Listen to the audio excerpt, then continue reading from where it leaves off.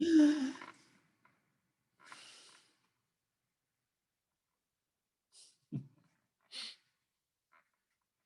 know, I could watch our signers all day long. I love that stuff. You guys must you probably can't hear me. Oh, you can hear me. You just can't mute. You just can't say anything. You guys probably watch signers on TV and things, right? To get ideas, or you don't need ideas. Oh, we always. What do you mean? Because there's some wild signers out there, you know. There's some people that are really dramatic and their face contorts in every direction. It's really fun to watch them.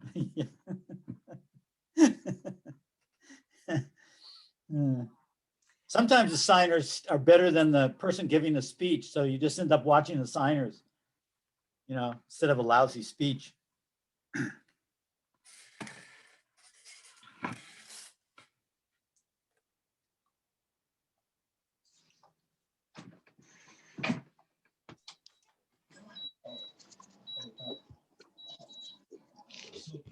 So who's Kay? Oh, Kevin.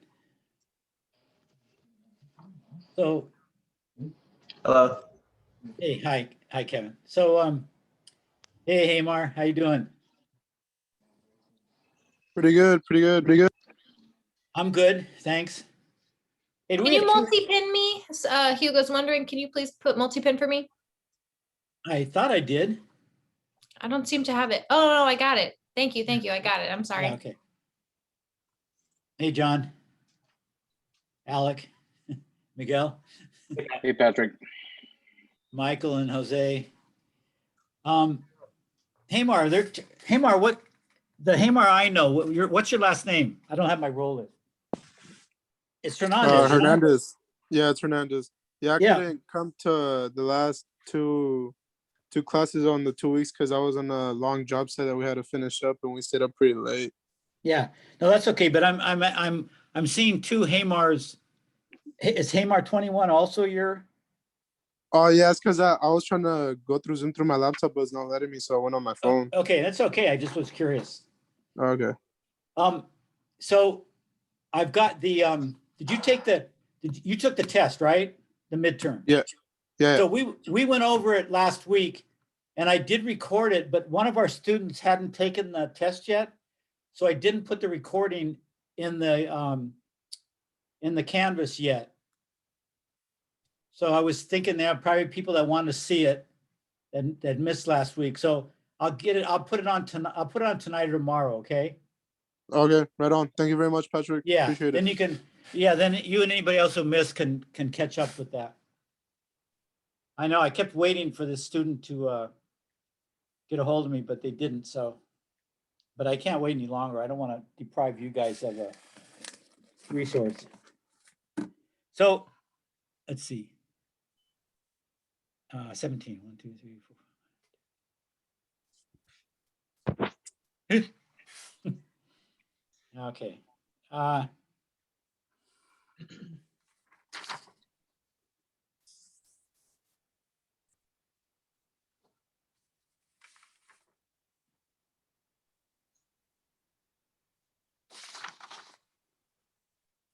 Hey, was it good having a week off from school? I know you worked as well. John, don't be so excited about it. It wasn't that much fun not having a class. Oh, yeah, maybe it was. Okay, we've got 17.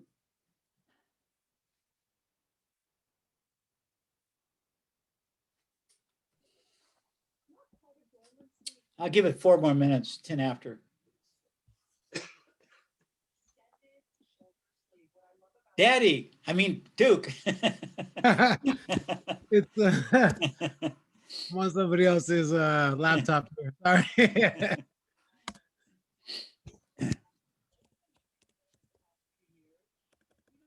Well, I had a good time off. I didn't have to, I have 2 classes I didn't have to teach them. I I love class, but it's so nice to actually catch it up on sleep. Oh, yeah, no kidding.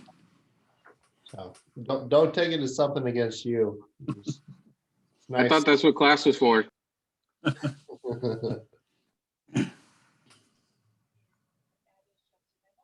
So, let's start. What the hell, huh? So we're being recorded.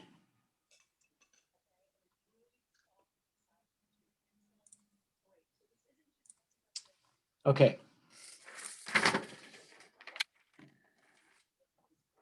I do have a lesson plan. And the first thing is business. Does anybody need any help? You know, does anybody have any problems? They're going to be away or they can't make something work.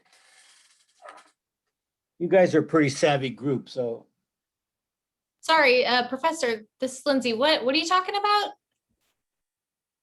just business, like, anything, any problems you're having with any of the systems like Zoom or Canvas, or if the school's giving you trouble behind my back, that kind of thing. I don't allow that. I'm still just curious if anyone can see the registration date for next semester on Pipeline. Yeah, Michael, that's a great question. Because I can see summer 1 and 2 now, but not fall. In the I years can't see past, mine.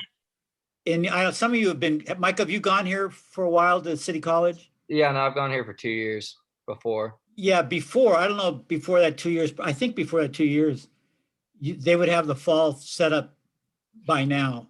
Yeah, no, I remember it was always super early before, and so Yeah. that's why I'm like kind of freaking out, but I don't want to miss it. But Right. Well, here's the thing. It won't be, I mean, it's a normal class, but it won't be too full. I'll take anybody in this class, no matter who signs up. So don't worry about a last minute sign up. But yeah, they're not, I mean, I haven't checked lately because I checked like a week ago and they weren't up and I thought, oh, that's really late. So they're just behind, all right, no worries. Yeah, no, I saw they Yeah. at least put summer 1 and 2 up, so I know they're working on it, which Yeah. made me feel better. So Yeah. No, they're just, everything's slower right now. Partly everyone's working from home, and it's less efficient. They probably don't have all their files, or they can't walk down the aisle and talk to their colleague, the staff and the administrators. So yeah, just hang in there. It'll be okay. But I guarantee anybody who wants to get in a fall class will be able to.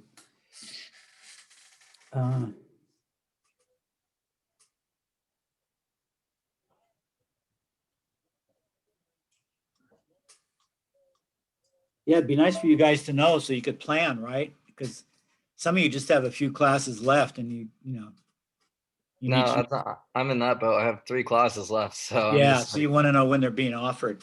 yeah. That's the thing. If you, we can still change the schedule for fall pretty easily because we still have summer to go. But if they put up the fall schedule pretty soon, and one of you students sees it and says, "Oh, geez, they're not offering my class, the class I need," you can get a hold of me and complain. Say, "Hey, what's going on?" And I'll tell you if that class is being offered in spring. And if a whole bunch of you need a class and you don't care about the one we're offering, we can always change it that way too. Okay, for sure. Thank you. Yeah, because of the pandemic and also the school budget, we've been on a budget hit for a couple of years. They're only allowing us 3 classes a semester, and that's not enough that's not our normal sequence. We usually do 4 or 5. So we get behind. And so what we've started doing the last couple of years is just saying, well, what classes do you need? And then we just poll the students and they tell us. And so whatever the majority of them need, that's the class we have. So that's kind of how it works. It's been real fluid, but so we'll try to get everybody in and out of here.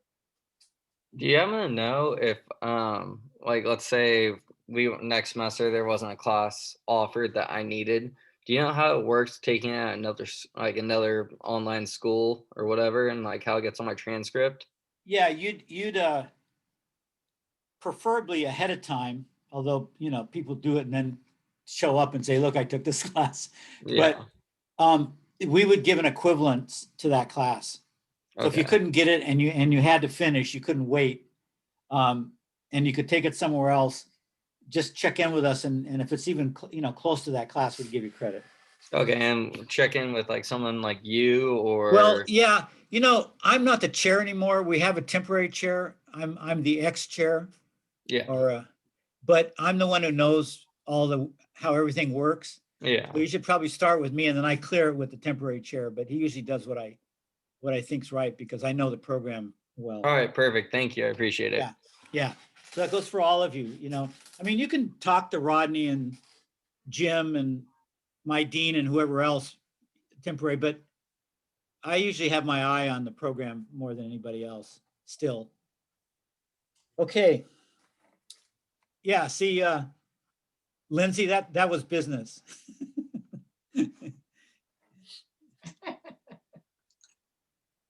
You never know what direction it's going to come from. Okay, so this class's topic is estimation. And so we're going to do a little bit of that, and then it probably won't take that long. And if we have energy, maybe we'll just do a general math review. I want to do the estimation first, which uses some of that math, because I want to make sure we don't run out of time, but or we'll just go home early. We'll see what people want to do. So I have to preface this by saying there's different types of construction companies, including individuals who are just doing work for themselves around the house, or you have a piece of property in the Sierras and you want to build a cabin, all the way to huge companies that build skyscrapers. So they all do estimation in a different way. When it's a big company and they need everything streamlined because they have a lot of projects and they're complicated, they'll use a software program, and there's dozens of them out there, and they'll get a very expensive, flexible system and adapt it to their company, and that's how they'll do estimation. Companies in this town are medium sized, they're not big skyscraper companies or hospital companies. So they mostly do residential and some of the light commercial. And they'll often just give their plans for a project to the lumber yards. Well, I guess we have a couple of lumber yards still. And lumber yards have a service. They'll do a takeoff or estimation. Takeoff's another name for estimation. And they'll do it for you for a price. And for a lot of companies, it's worth the price. They don't have to fool with it. The lumberyard, I don't know if they make more mistakes than an individual. They're just individuals too. They probably make mistakes here and there, but then, so what we're going to do tonight is, even if you use a software program or the lumberyard, you still want to be able to estimate, because the original estimation might have left off something, and you have to fill it in yourself. Say you're a crew leader or it's your business, then you'll have to probably do it by hand. So you want to know some basic ideas of how to calculate that stuff. So it involves language. All the parts of construction have names, and if you're going to order parts, you have to use the names, and they're all ordered by certain materials come in certain types. Like a sheet of plywood is a piece of material. Plate stock often comes in linear feet. So you just say, I need 200 linear feet of plate, and they'll give you whatever lengths total up to 200. Hey, can you say that length part one more time? What was the second one? You said plywood, and then the second example? Linear feet. Linear. Yeah, linear. It's not a common word, but it's used in the building trades a lot. And then board feet. We're going to go over board feet. Now, I've never ordered board feet material in my life, and Rodney has never not ordered board feet material in his life. So different contractors and carpenters do it different ways. The big lumber yards often like board feet, and they'll tell you they want it in board feet. They will take it in, non-board feet, regular feet, linear feet, or such. So Rodney swears by it. I'm not convinced it's the best thing, but we're going to learn it. If you don't already know it, we'll take a stab at it tonight. And then there's squares. There's a square is a term for certain units of material, like roofing shingles. They measure by the square. That's 100 square feet is what it stands for. You don't buy it that way. You actually order it that way, and they calculate the price that way, but they deliver it in bundles, which are different than squares. So it gets confusing, but squares the unit for those. But things like sheetrock are done in numbers of sheets. You know, they're ordered by piece. Plywood, joists ordered by piece. You want 50 joists at, you want 50 2x8 joists at 10 feet. So the number is 50, there's 50 pieces. So we're gonna go over the whole house. It won't take that long. We're gonna talk about what type of unit each of these things are. So you get familiar with that. So when you go to order, you can talk the talk that they want to hear.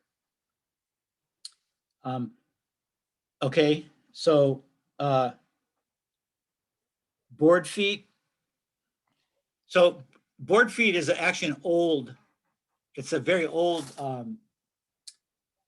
quantity system, and that's why it's not used completely today.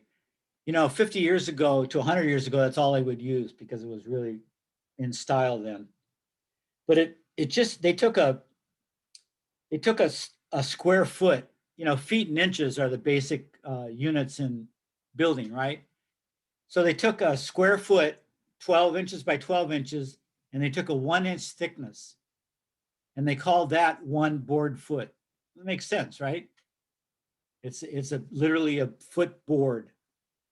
The 1 inch, now we know a 1 by 12 is 3/4 thick, but don't worry about that. Board feet are done in the nominal size. So 3 by 4 would be like the area of end of a 3 by 4 a 2 by 4 would be 1.5 would be 8 square inches, would be 2 by 4 instead of 1.5 by 3.5. So when you do takeoffs and estimations, you're going to use the nominal size of things, not the exact size. So if you have a 1 by 12 that's 10 feet long, you'd have 10 board feet, right? Because it'd be 10 of those foot by 1 inch pieces. So when it's a 1 by 12, it's easy to figure out how many board feet a length of a 1 by 12 is. But then you have different size wood, right? You have 2 by 4s and 2 by 6s and 4 by 4s. Those don't look like 1 by 12, so you have to convert it. So there's a lot of you have modern carpentry for a textbook. If you've had other classes, some of you don't. But in the back of that, no, in the front, in the materials section, they have a board foot formula. And if you have your pencils with you,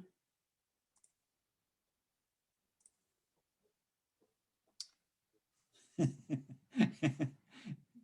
got Lindsay sipping her Coke here. Okay.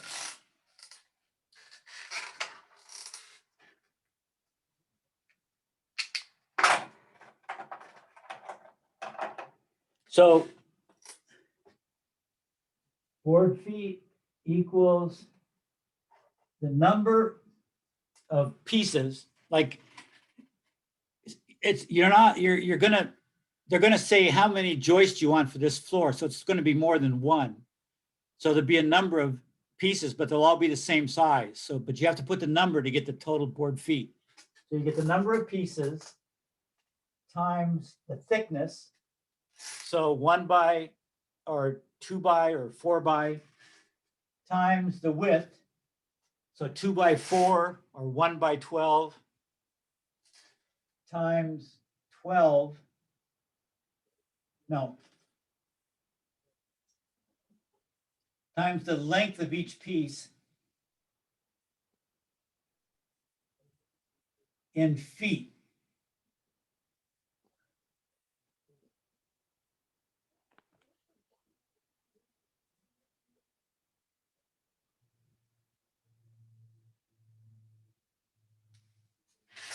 Can you see that? Does that make sense? I'll rewrite it again if you want, but it's the number of pieces. Let's say you have 10 pieces, so it's 10 times, say it's 2 by 4, is 2 times 4 times, and say they're 8 feet long, 8 feet.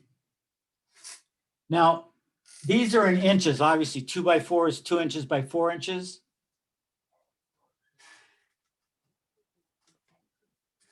But the length is in feet.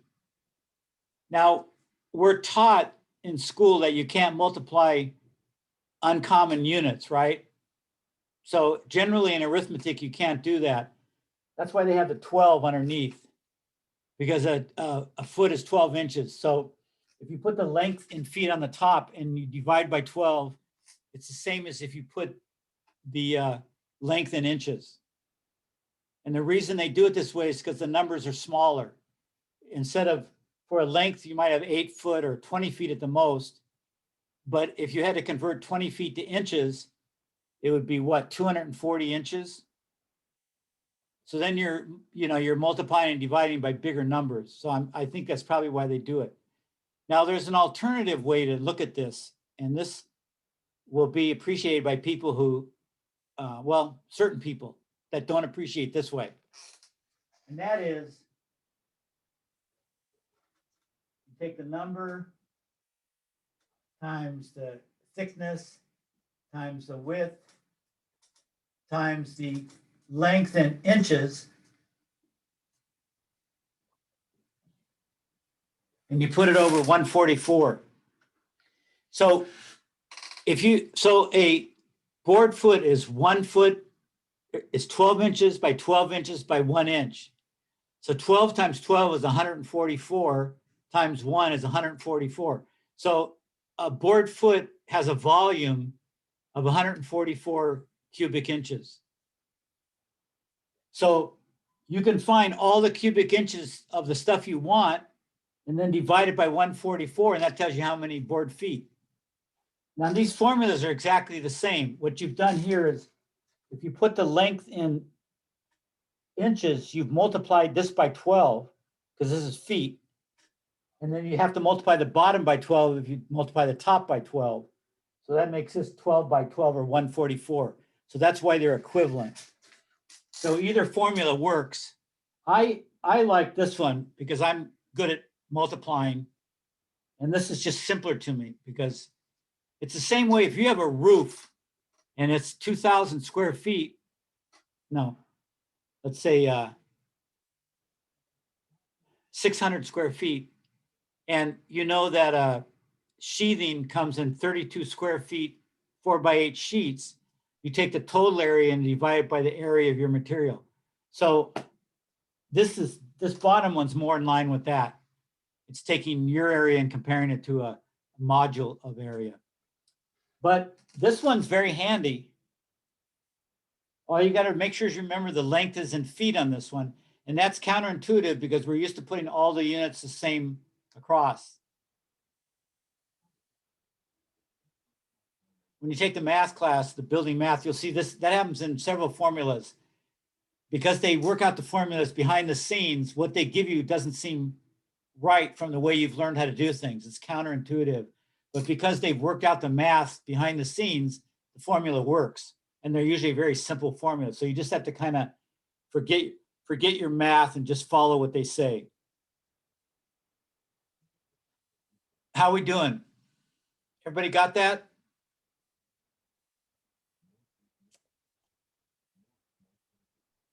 Do you want me to put this formula on a file, Canvas file? Yes, please. Okay, I'll make Yes. it neater. I'll make it neater and I'll put it on a file. And also, can we like just work it out with Yes, I was gonna do some examples. Thanks, dude. So let's use the top formula. I bet John Sesser likes the top formula. Am I right? Rodney told me I had to do it that way. It's not my fault. That's the way he does it, right? Yeah. Yeah. I don't know how else you could do it. It's gotta be one of those ways. Okay, But if it's a preference, it's really a preference thing, or is one time you need one versus the other? no, it's purely a preference thing. Okay. This to me, my formula is intuitive because I've got what a single board foot is in cubic inches. And then the top is just what I'm going to do in cubic inches. So so in order to do that, you have to multiply a 2x4, 2 inches by 4 inches by the length in inches, 96 inches instead of 8 feet. But to me, that makes intuitive sense because generally in math, you use all the same units. So you have the number times the 2x4 times the 8 feet in inches divided by 144. So to me, it makes more sense. It's not simpler. Actually, I think this way is simpler because 144 is a harder number to work with than 12, Yeah, no, I get it. So yeah, it's just a personal thing. So board feet equals, I left a cap off this pen. And it took a dive. Okay. Let's say 10 2x8s at 10 feet, okay?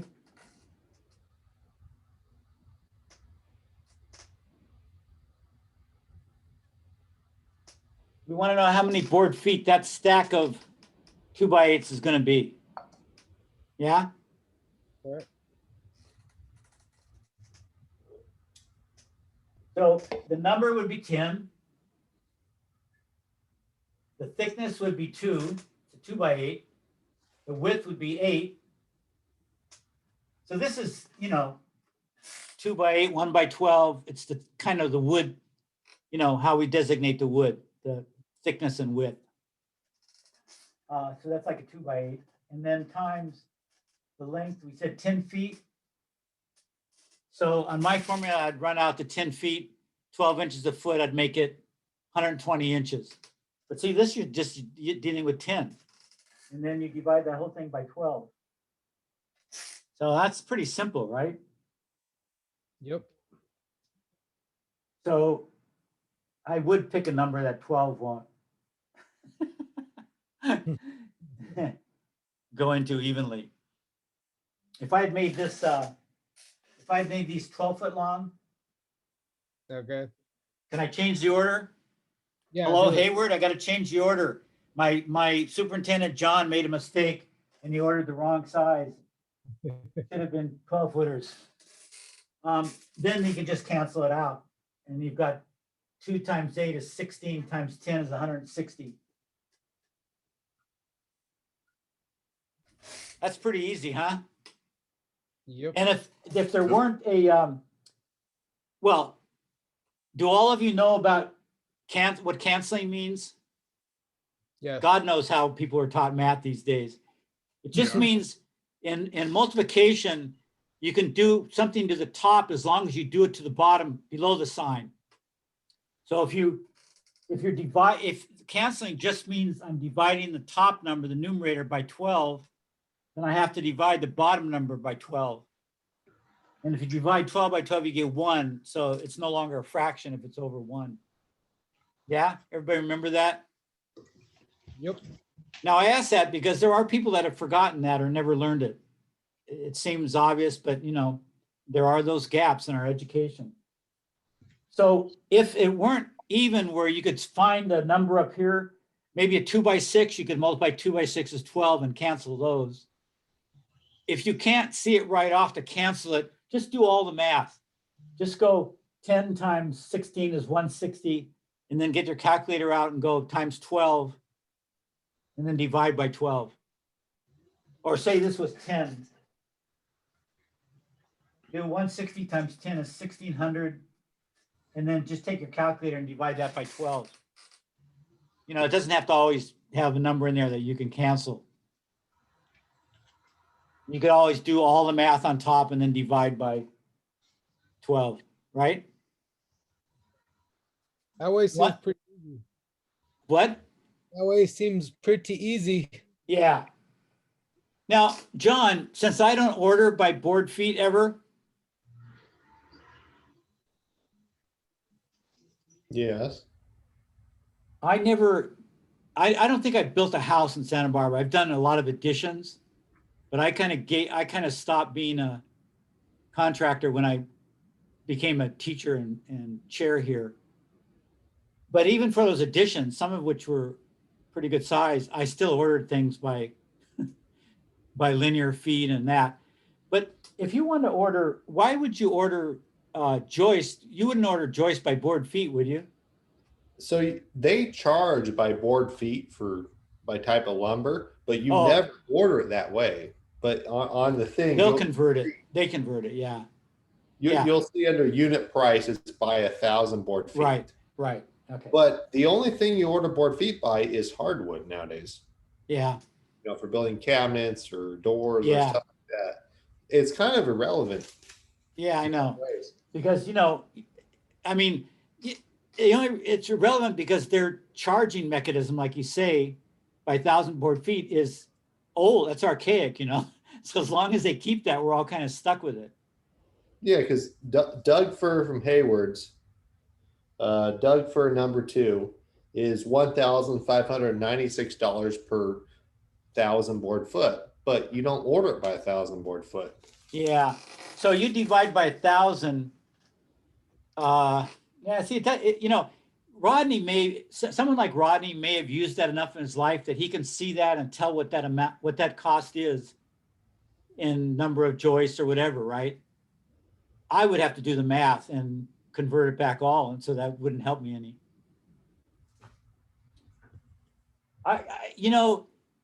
The sales slips all sales slips are horrible, whether it's Costco or Hayward. There's so much garbage on there that nobody can understand. I think they do it so you don't notice the errors and. So when you order, you're ordering linear feet. Is that what you're ordering, John?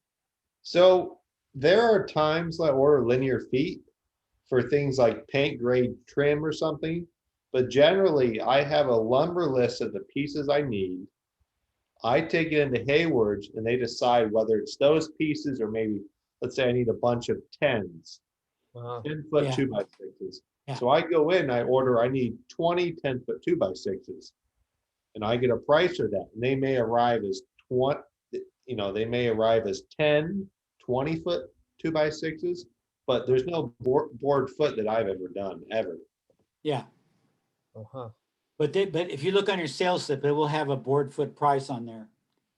And sometimes I'll break that in the price per unit, but there's way too much information. I mean, maybe their inventory at the lumberyard and their ordering from their wholesale supplier requires, all that information, but the retail buyer doesn't need half of that. It's just a lot of stuff on there. It's more confusing than not.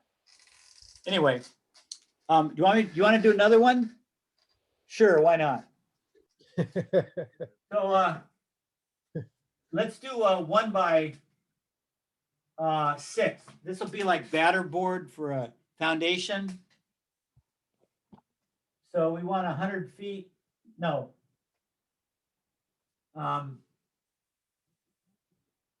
20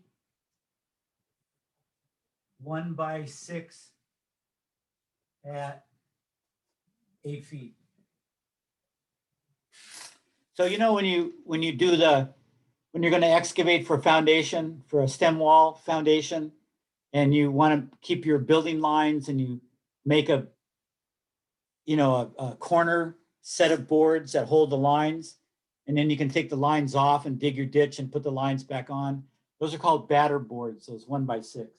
So say we're doing a foundation of a small addition, and we just need 160 feet of those batter boards. So the number would be 20, right? And what's the thickness by width? 1x6. 1x6 and then they're 8 feet long. By 8. And we're not going to put 96 inches. We're going to leave it at 8 feet, right? So that's feet. These are inches. Doesn't matter. There's no need to put the units on because they don't enter into the calculation anyway. You might put the one above the length because then it reminds you that you're using feet and not inches. And then divide that by 12. So 6 and 12, 6 is a factor of 12, yeah? You guys know about factors and, Yes, 6 and 2. yeah, okay. So we go 1 there and 2 there, the 6 and the 12. And then we go 1 here and go 4 here. So we get 20 times 1 times 1 times 4. So it's 4 times 20 or 80.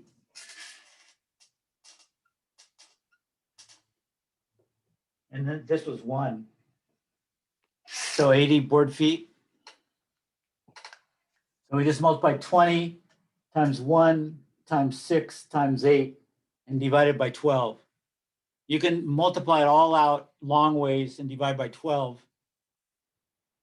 You know, when I teach math, I know as a teacher that there's a lot of different ways of doing math.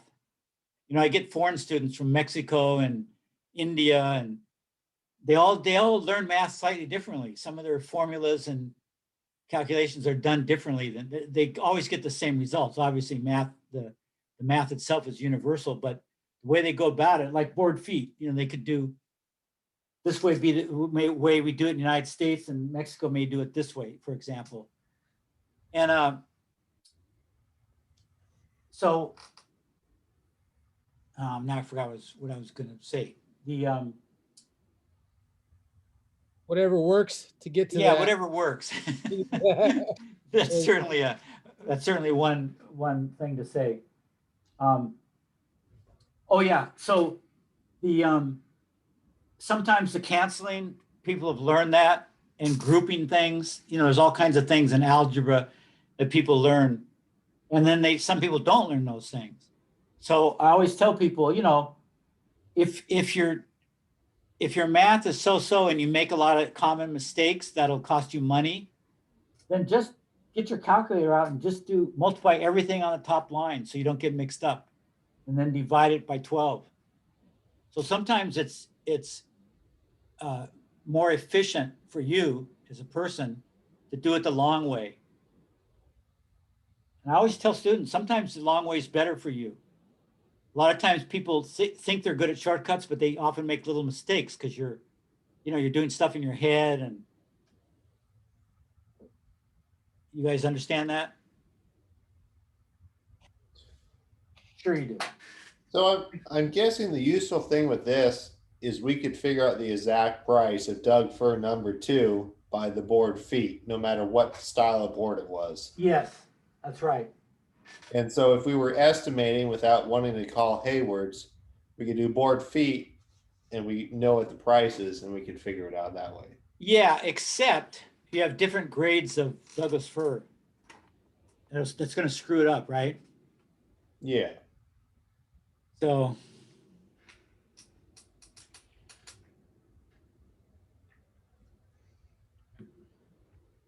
well, anyway, I'll let Rodney work on you. Okay. See, we got a little math in anyway. Extra math, no matter what it's for, is always good. Keeps your brain moving. Duke, was that enough? You got that? Yeah, thank you. Okay. So let's we can just talk about this stuff. So we're going to start at the beginning of a building, which is obviously what?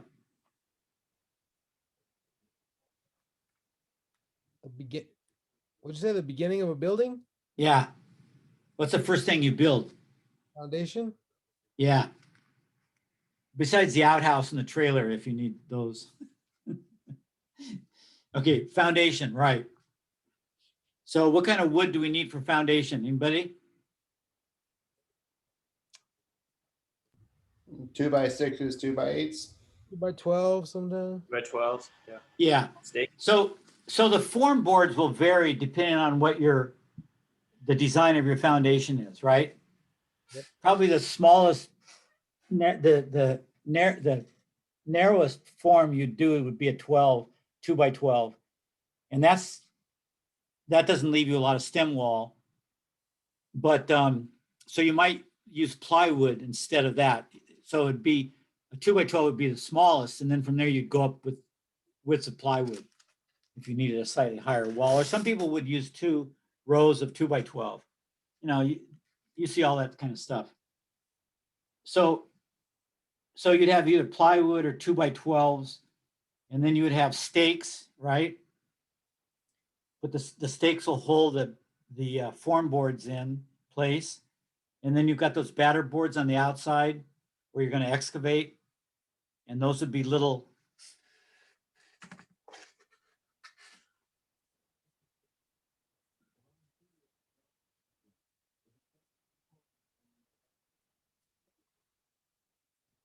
It'd be a couple stakes and then a board going across.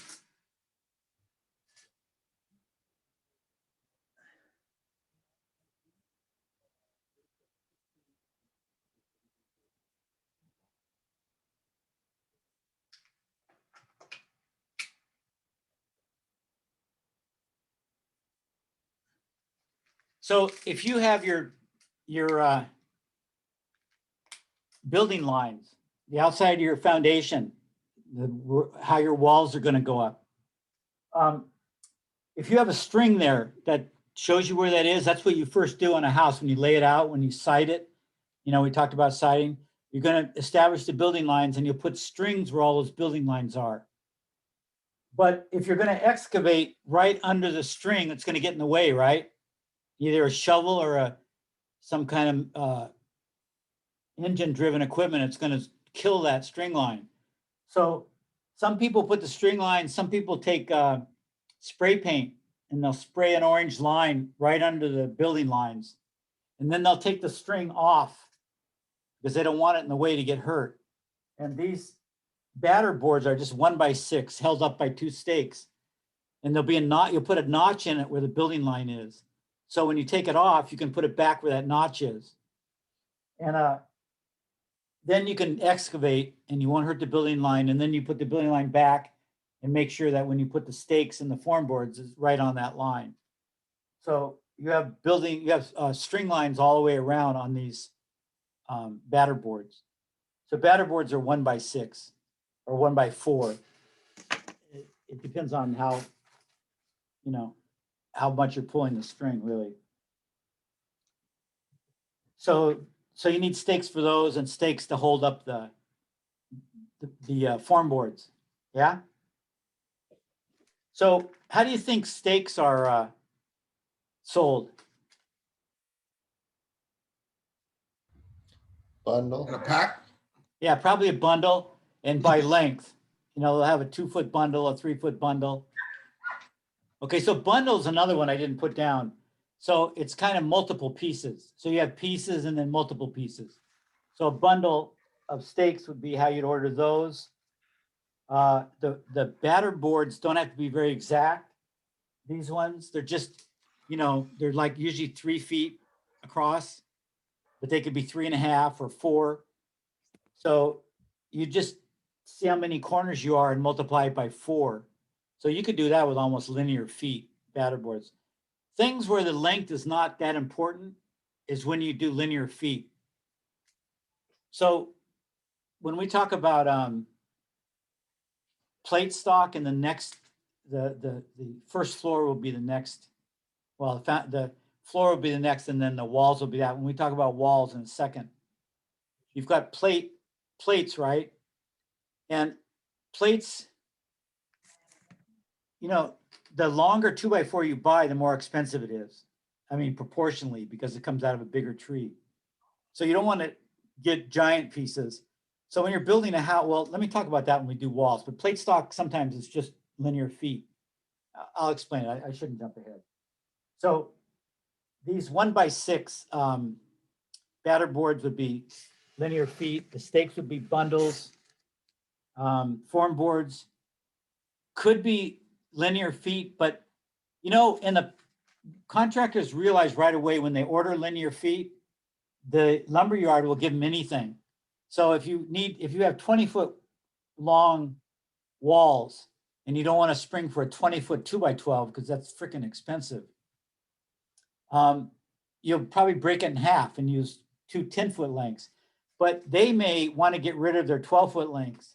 So they may sell you two 12-footers for that 20-foot wall. So you're getting not even 4 extra feet, 2 times 2 extra feet. That's waste.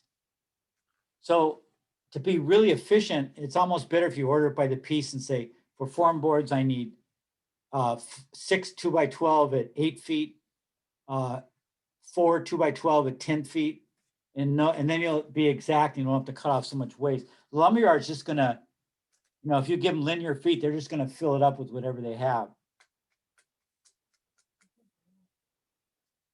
It used to be carpenters were more creative and better. And so whatever lumberyard gave them, they'd make it work. They'd figure out how to make it work.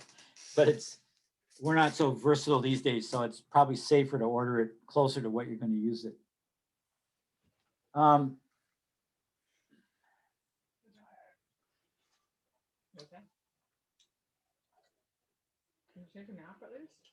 So how are you going to find out how many form boards you need?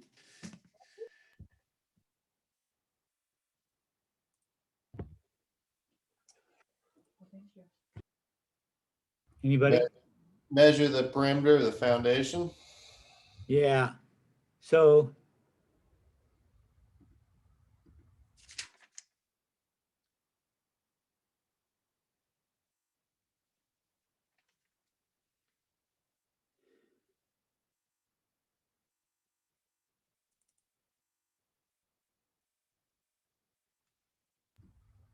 Are you still there? yeah, I'm getting something. Have no fear. I wouldn't desert you.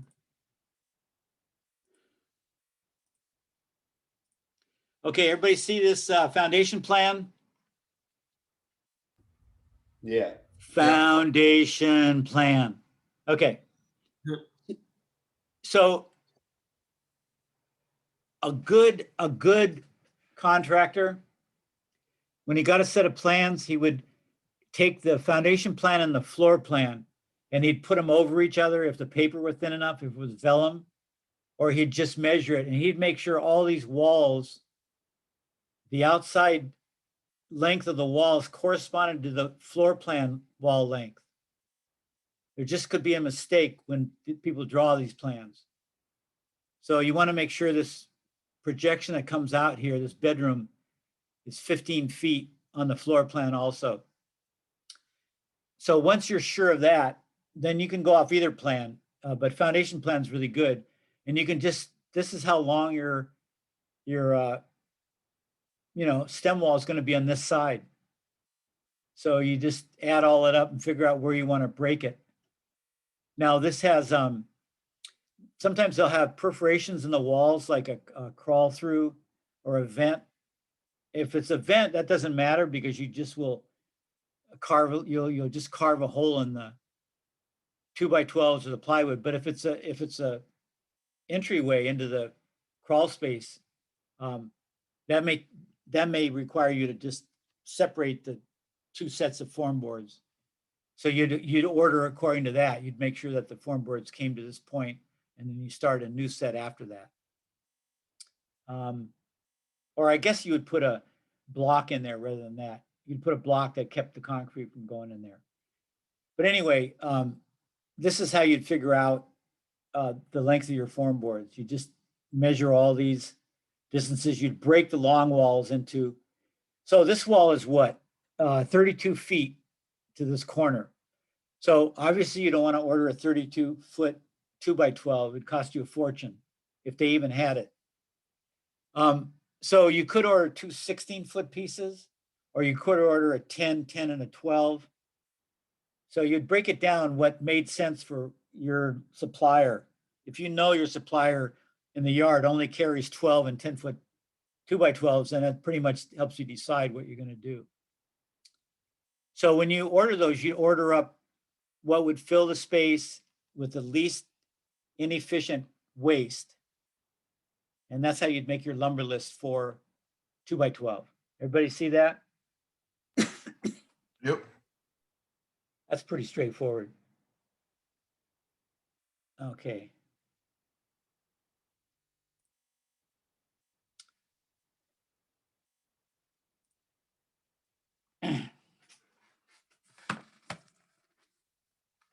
Hey, is Donna Davis here?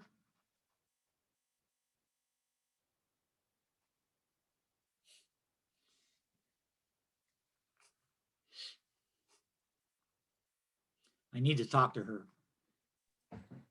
It's always the people you need to talk to that aren't there, you know? Okay. How about the floor system? What's that composed of? See, even if you guys aren't builders or carpenters yet, we've gone through all these systems, so you should have some idea what's involved. So hazard a guess. Joists? Joist is the main thing, yeah. What? Plywood to cover the joint. I mean, Sheathing, yes. And maybe a sill plate if you didn't include that in the foundation order. You know, on a stem wall, on a non-slab, you're going to have a treated sill plate, and then the floor system is going to rest on that. So you have to order that. Probably you should order it with the foundation so you have it there as soon as the foundation dries. You know, you got to drill holes in it, so it's probably better that it's there on the first load. That's another thing when you order. I mean, you're doing an estimation, but the estimation should have the, if it's a small job, you can have everything delivered at once if it's not going to be hurt sitting around for a few weeks. But a big job, you're going to have several stages of orders. So you got to get all that together. So a good example would be ordering the treated mud sill when you order the form boards. Then the foundation, I mean, the floor system, you know, you're going to order the joist, you know, 52 by 12 joist at 12 feet, stuff like that, right? That's a pretty straightforward order. And to make sure you get the headers for those too. And then there's also floor adhesive. So here's where amateur do-it-yourselfers or people in business for themselves or small, is that where they make mistakes is they're not detail conscious enough. So whenever I do an order, I go through and I build a house in my mind or on paper. And I think, okay, you know, like I just did that. I said, well, okay, what comes on the foundation? Well, the floor system, whoops, where the mud sill's got to be ordered somewhere. So I added that. So when you go through it, you have to think of the sequence of things and the details. For instance, it's required, I think John could say, is it required to put floor adhesive on under plywood on joists now? Yes, more or less, but they don't really inspect for it. So it's Yeah.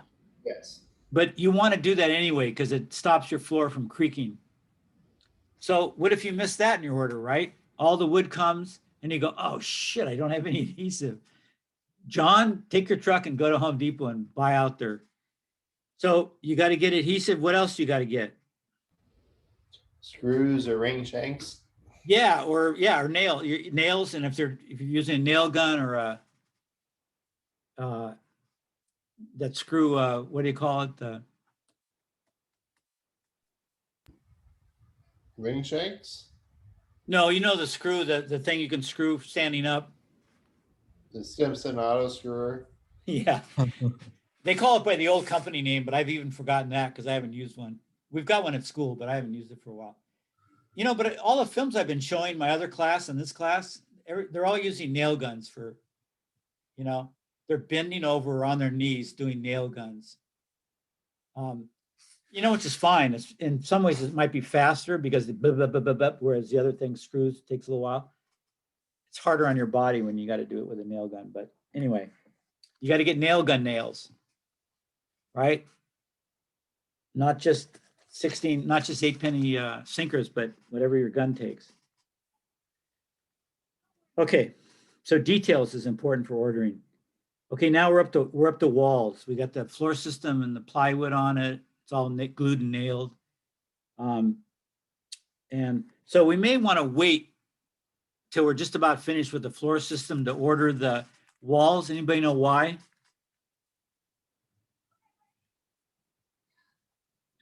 Be a lot of lumber. It's a lot of lumber. It might just be practical to order, big chunks at a time, but also wall stock's very sensitive, right?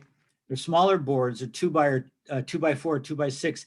And if they're out in the sun or the rain, that's not good, They shouldn't sit around too much. Some stuff can sit around, but if your Like plate, it can warp. yeah, they can warp. If your plate warps, it's, you really want your plate straight. And if your studs warp, that's bad too. So you might want to wait till just when the floor is just about done and then get all your wall stuff that next day. And that's pretty straightforward. It's mostly by the piece. It's so many studs you'll need. There's a formula for studs for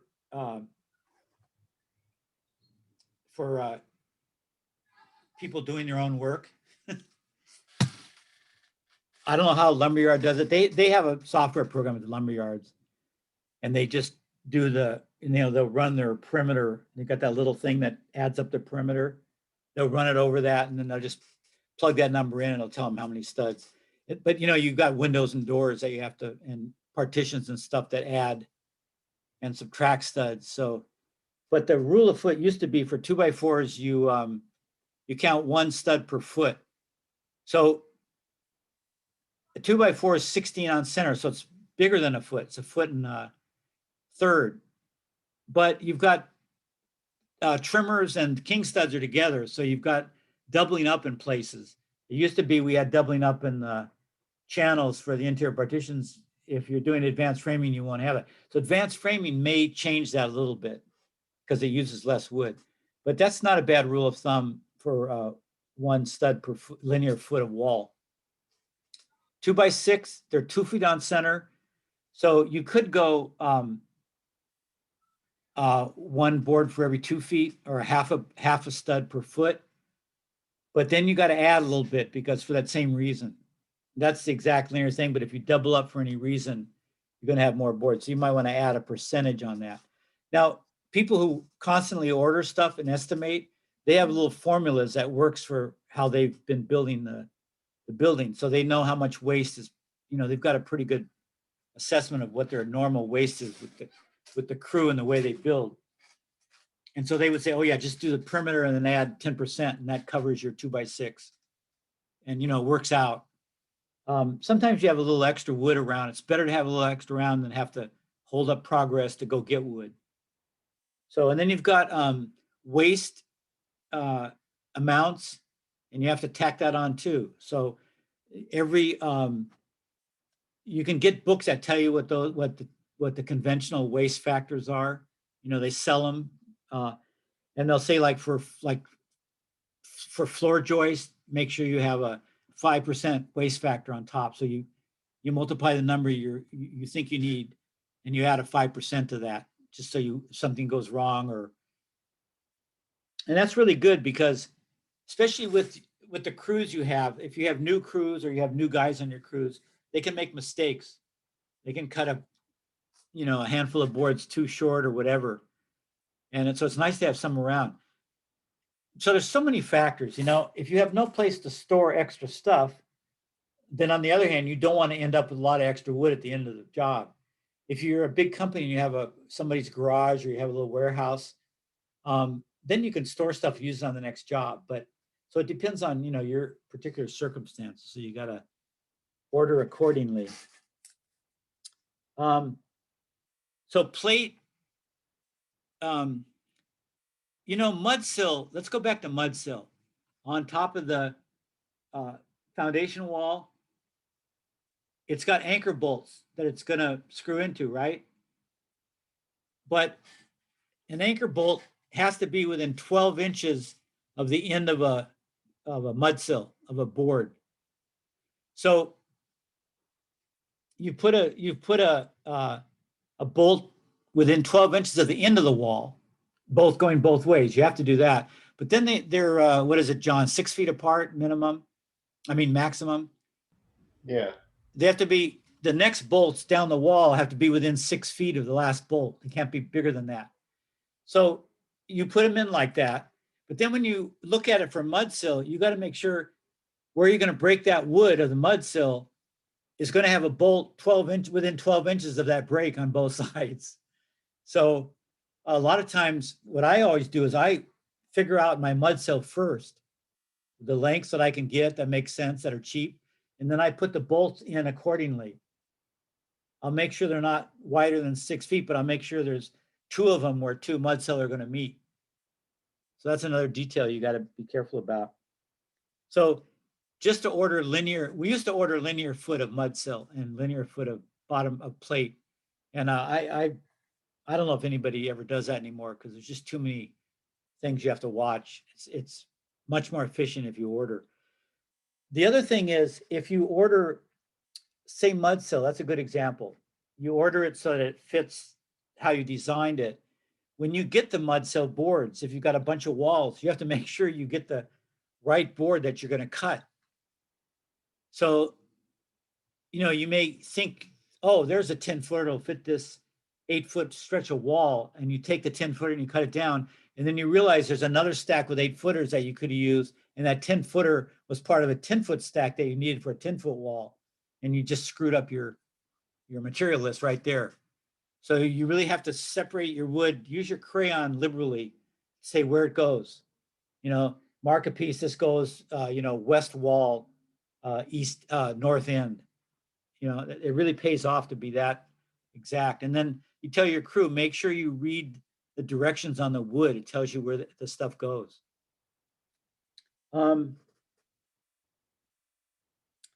Okay, plates and studs. We can figure out how to order those. What else we got in a wall? Typical exterior wall.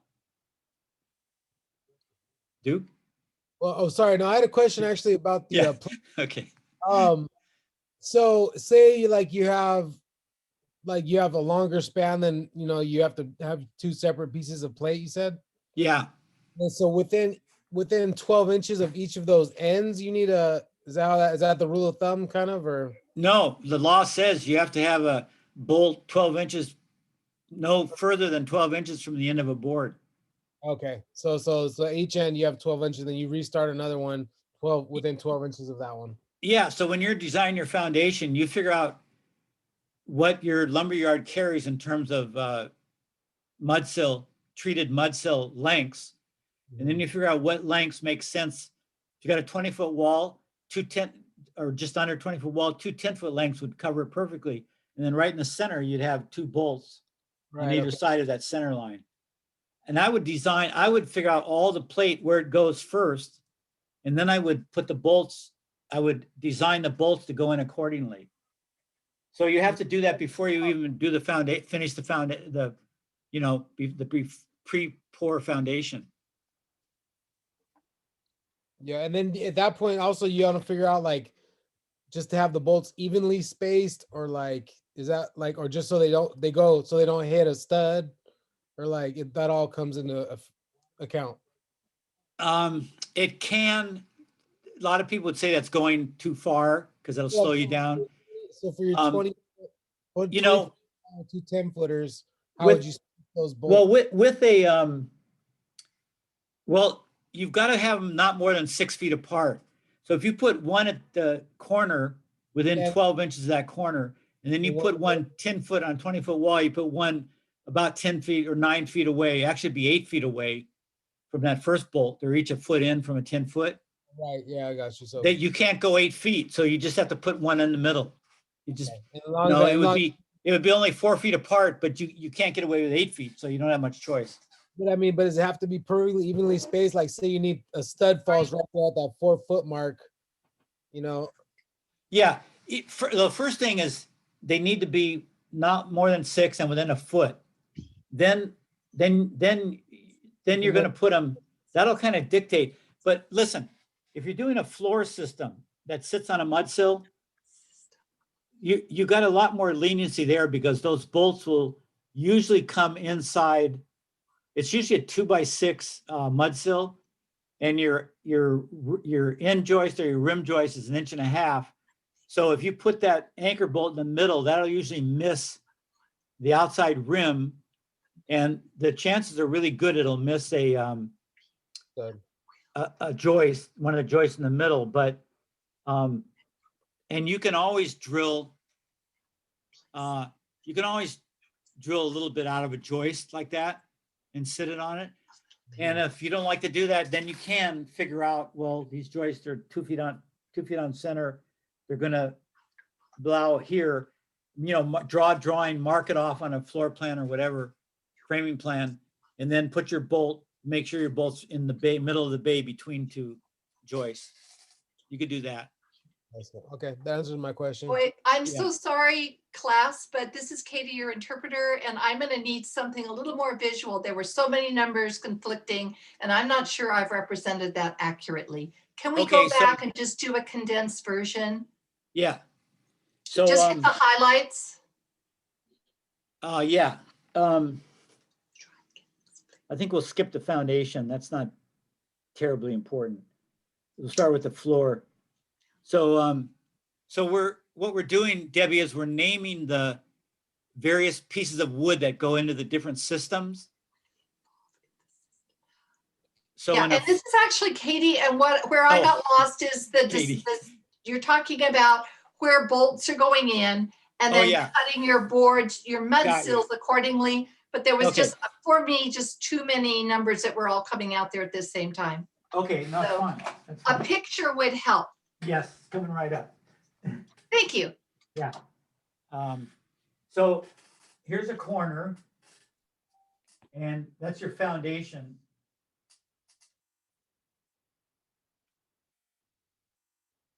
This is concrete, and you're gonna put pressure treated green sill plate. It's a 2x6 on top of that. And there's gonna be bolts sticking up out of the concrete, anchor bolts. And we were just talking about where to put the bolts. I guess the gist is that the sequence of the way you build and the fact that systems will overlap and get in each other's way, that when you order, you have to kind of think through all that and make sure that all your systems agree, where your bolts are agrees with where your joists are going to go. So I'll draw that out. So you have to have a bolt within a foot of the corner. So that's right here and right here. This can be no more than a foot. And same with here. Now, also where two of these boards are going to join, the boards that are held down by the bolts, they have to have a piece from a foot, less than a foot in from their ends. So say this is 20 feet, and we're going to end up putting two 10-foot boards, then you better have a hole right here within a foot of each end of those.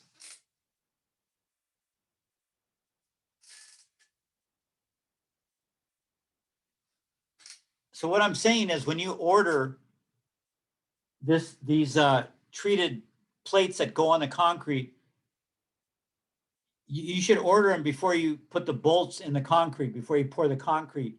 You should figure out how long they're going to be, because it'll determine where these inner bolt holes are.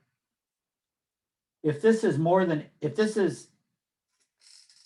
are right at 12, this will be 8 feet. And you can't have it more than 6 feet. So you got to put another bolt in there somewhere. So I would just put one in the middle, take care of that. And then someone was asking, well, what about the floor system above it? It's got joists coming across like this.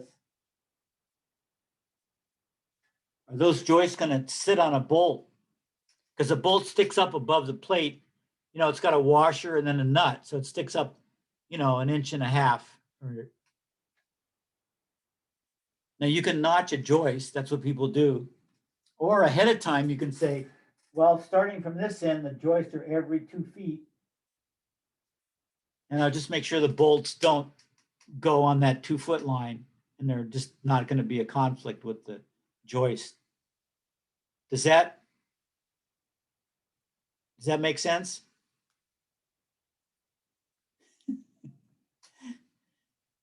Who was asking? It was Not Katie Lynn. that was asking. I'm just asking right now if Hugo, did you want to ask any more questions?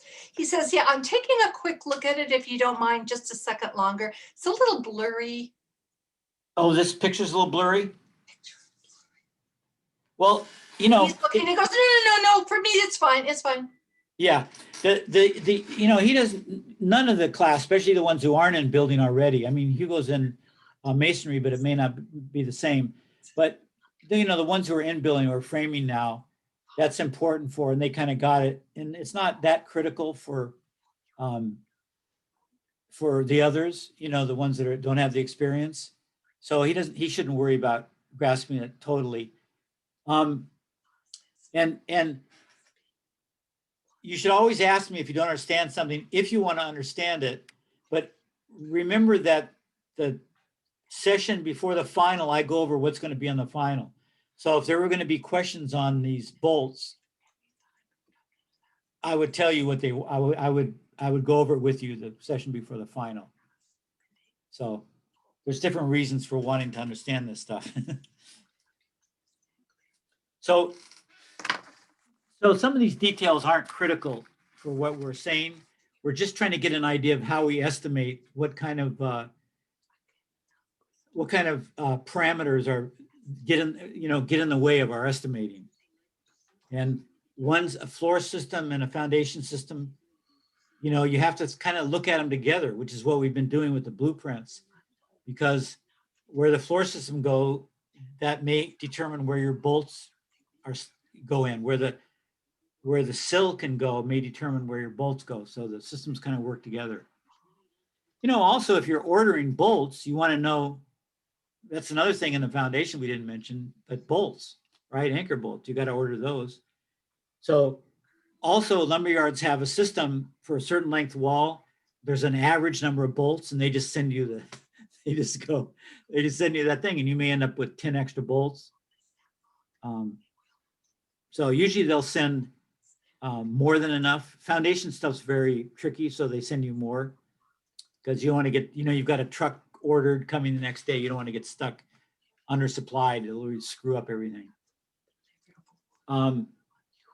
Okay, so with the the floor system, the main thing was the joist, the joist and the headers or rim joist that they go into, and those you can just get off the plans on the floor plan, right? Yeah. So not every set of plans has a floor framing plan. And so you can get will they? No, they probably will. You can get the length of the joist for each room, each area of the floor from the plan. And it will tell on the plan what size those joists have to be, 2x8s, 2x10s, whatever. All that stuff's on the plan. So everything you can get on the plan. I mean, we're talking about estimating from blueprints. Okay, so back to the walls. We've got the plates, top plate and bottom plate. We have to make sure to order those. And what else do we have? If it's not advanced framing, which I think we have a unit on that. We didn't cover it already, did we? I can't remember. But advanced framing is a technique that's relatively new that tries to save wood and use less wood. Sometimes they'll deal without a second top plate. But conventional framing, and not that many people are totally using advanced framing. Usually there's 3 plates. There's a double top plate. So when you order a plate, you got to make sure you order 3 times, you know, for 3 times the amount for 1 plate, because there's 3 separate plates. You've got studs. We talked about how to order studs. We got doors and windows. So what else is going on in the wall? Beams for headers. Headers. You know, there's also trimmers. You know, the last stud will be a king stud. Then there'll be a trimmer that holds up the header. So trimmers are usually, they're obviously shorter than the studs because they're holding up the header that goes across the window.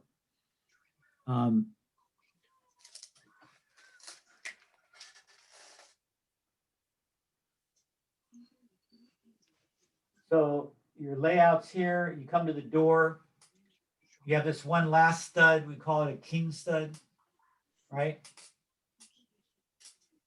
Then you have a header that goes across to another king stud.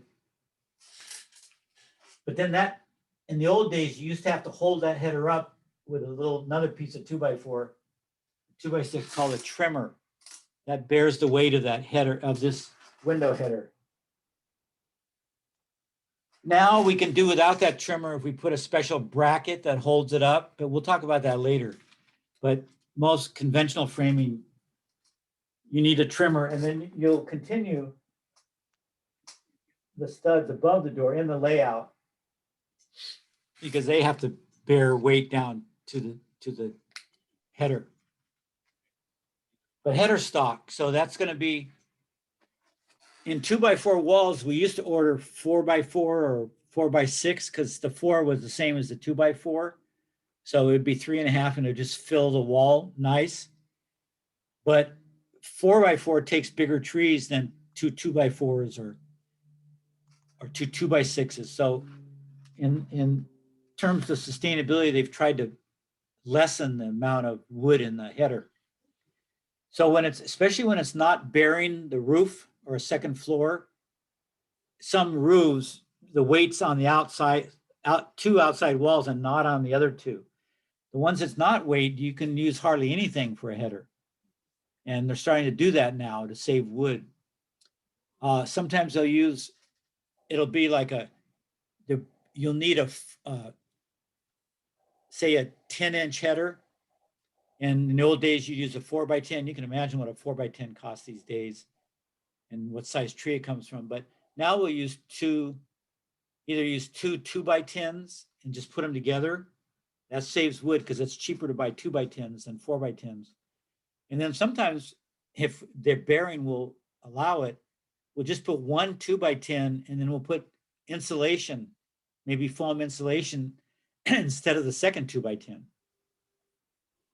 So headers have actually evolved over the years from solid pieces, same thickness as the wall, to half as thick and then putting in insulation in the other half, which is good because you want insulation above your door and window. So you got to figure out that's an extra piece. Everything vertical will be a 2x4 if that's what the wall is, or a 2x6.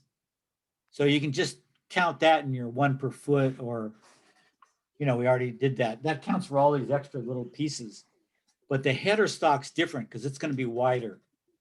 Typically, it'll be 2x6 to 2x12. So you don't forget that. So you got to order that, and you're just going to have to look at your windows and count up how you count up. Oh, there's a 2-foot wide window. Oh, there's a 4-foot wide window. Make a running list of all those lengths and what size they are, and then add them together and say, I need a 10-foot piece of 2x8 because I'm going to chop it up into 3 or 4 window headers. So that's how you order that. So sometimes you got to go on your floor plan and actually see what kind of windows you have. Or you could actually go to the schedule page, which we haven't covered yet. But there's a page that lists all the windows and doors and what their rough openings are. So you can just take the rough openings for those and make a list. Everybody good? Ceiling joist is the same as floor joist. There's usually less floor joist because floors are simpler, but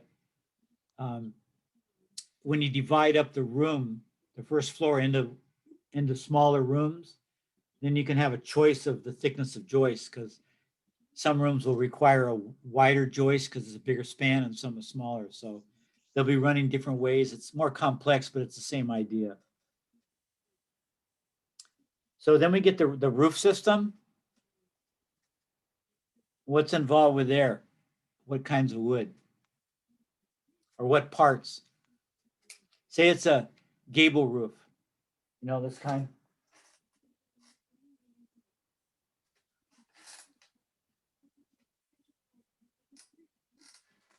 What's Maybe this, rafters. what's this thing up here? That's a ridge, right? Bird. They like to sit on ridges, especially crows. So that's the ridge board. And that's just going to be, you know, on the ridge of your roof. You might have intersecting roofs and maybe a complicated roof. So each of those roofs will have a ridge board, even a hip roof. What roof won't have a ridge board?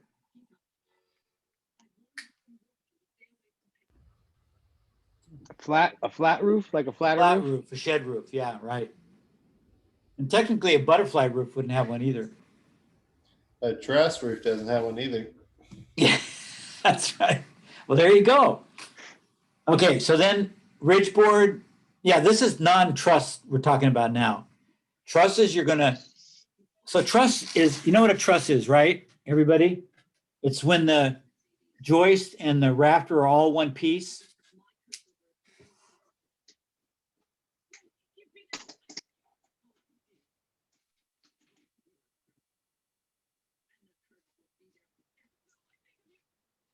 There's the triangles, you can order those whole triangles and put them in as a unit. Those, you just send your plans to the truss company and they send you back the trusses. That's the easiest way. They cost money, they charge you money. There's no way you could figure it out, so you kind of have to do that, especially if you have any kind of complicated roof. They can almost make any roof with trusses, believe it or not. It's pretty weird.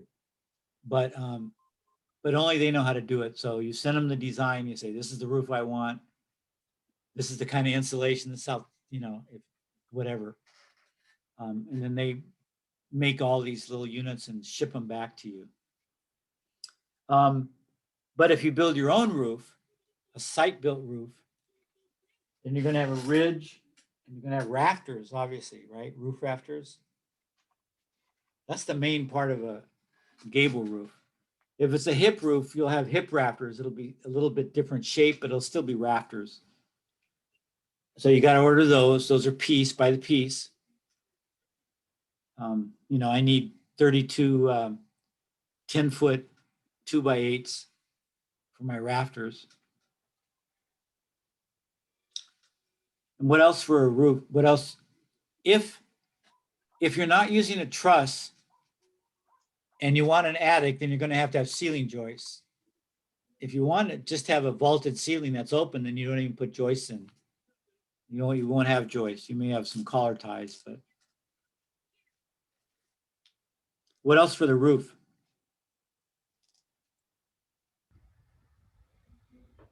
Sheathing. Sheathing. It's got to have plywood on it. What about where the rafters end? The 835s? No, there might be hardware. Yeah, okay. There's going to be hardware at the top, over either on top of the plywood or underneath, Like connecting. the fascia? Huh? Fascia, yeah. Yeah, I was thinking of fascia, but hardware is important too.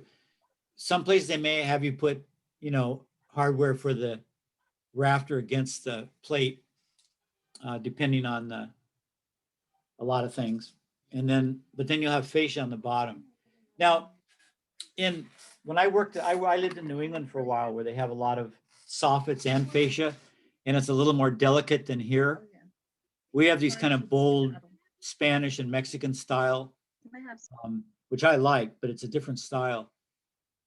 But the framers would do the finish work for the soffit and all the molding and, you know, and like in a Victorian house, I think framers in the old days used to do that too. New England, they do everything. The carpenter does the foundation, the framing, the finish, the cabinet. So that's where that tradition comes from. And Rodney and I were talking the other day, and he says, just don't let your framers do the trim work, any of the trim work. So I guess some companies are set up where they bring in special crews or companies to do maybe even the fascia, because, framers can butcher fascia. In the old days, framers were pretty good carpenters, so they didn't butcher fascia, but to make sure that doesn't happen, you might want to bring in some finish carpenters. But here we've got that style where there's no soffit, there's nothing underneath. You can see underneath the rafter tails, you can see the boards above the rafters, and then there's a block above the wall. That's all open cornice. And so the fascia is just a 2x8 or 10 or 12 on the outside of those rafters. God, if framers can't put that up, because that's all there is. You don't do all that other stuff. They're pretty bad.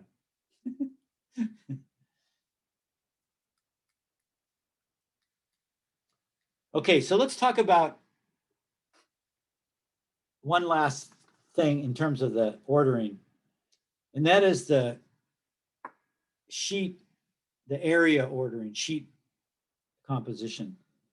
So you've got floor sheathing, right? These are all the sheet goods that we're going to use. You've got floor sheathing, you've got wall sheathing, you've got possibly attic sheathing. Sometimes it's sheathed, sometimes it's not. And you've got roof sheathing, right? All those different systems require plywood covering. So how do we order that? How do you find out how much you need?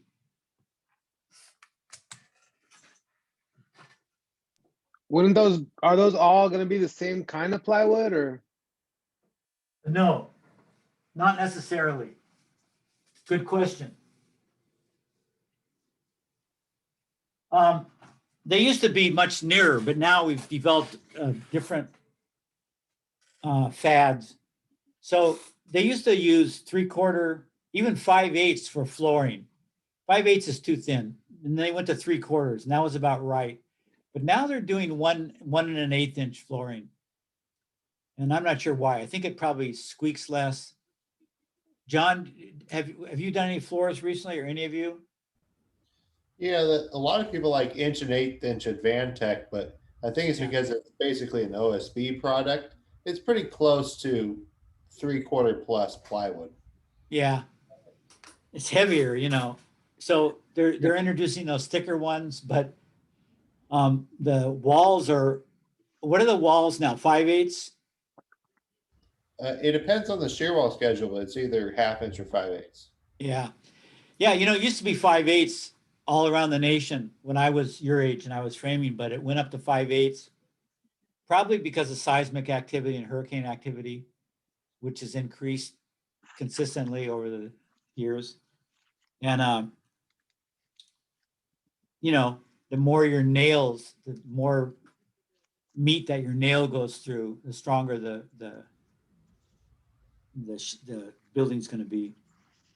Hey, Patrick, Yes, sir. an hour and a half in, could we take a little break? Is that Oh, possible? I was thinking of just, yeah, we could take a break now. You want to do that? Yeah, Let's take a break now, and then we won't go too much longer after that. I can't do it in like 5 or 10 minutes, so let's do a break. I just feel sorry for the people that have to translate. So Yeah, yeah. Well, they've been telling me what they want, so they need to continue that, because well, I'm fine with backtracking a little. and So let's me. take a 10-minute break till 7:40, and then we won't take too long. We'll wrap up before 8. Okay? That was good. Thank you. See you in 10. All right, who was that?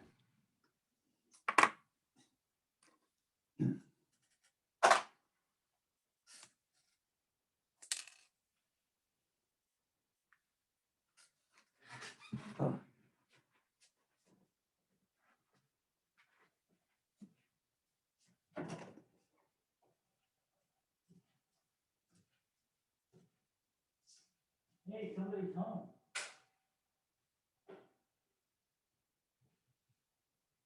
I'm on a break, class, maybe take a break.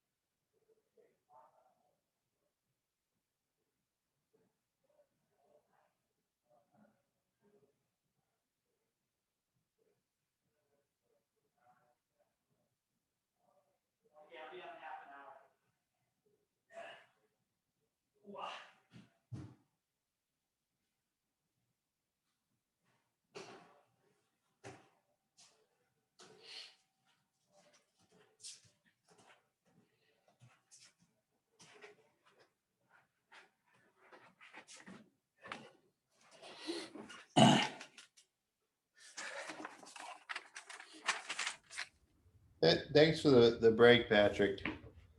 Yeah. Yeah, I have a hard time going over an hour without getting up and moving around. oh, that's fine. You tell me anytime you want. I'm totally okay with that. I actually tonight I just forgot. I didn't think it was gonna be long, but you know, people are asking me a lot of questions, which I like, but it's made it a little longer, so I'm glad you did mention that. I'm gonna summarize some of this on some pages and send them out and put them in the file. Yeah. Well, like the anchor bolt thing, that's very difficult to explain. You know, if you Yeah. saw it, you'd understand it in 2 seconds. You know. Yeah, and also you can understand it because you've worked with it a lot, but I forget that, you know, we also have new people and you know, but and often I'm more aware of some complicated thing. So people just have to tell me to repeat or slow down. That's fine. Yeah. So I'll do the anchor bolt thing and then oh yeah, the piece versus linear foot. And then board foot formula. Piece or bundle? What's that? Do you say piece or bundle? Oh, I say piece because you might just order one piece of plywood, you know. Oh yeah. I made that up. I don't know if what people call unit. I mean, units used a lot in building, so I don't, and it has other meanings. So Cement stakes come in a bundle. They come in a bundle of 50. oh yeah, a lot of things will come in. I should just include bundle as another heading. Yeah. Yeah. And And by that- the way, go ahead. Yeah. No, go ahead.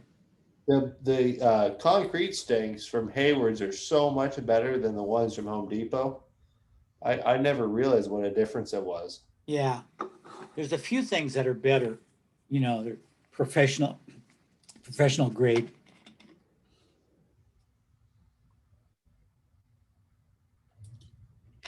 I don't know. The thing at Hayward seems like it's charging a lot of money, and I don't know if that's necessary. I mean, it could be things are just everything's more expensive, but you know, you don't have competition in the location, then the big companies can do whatever they want. Yeah, they don't give out too many discounts. It seems like it's getting. I mean, I don't spend that much, but I spend a pretty decent amount there every year, and except for specific things, even my dad, he said, we get almost no discount at all. We talk Yeah. under 10% for bulk orders.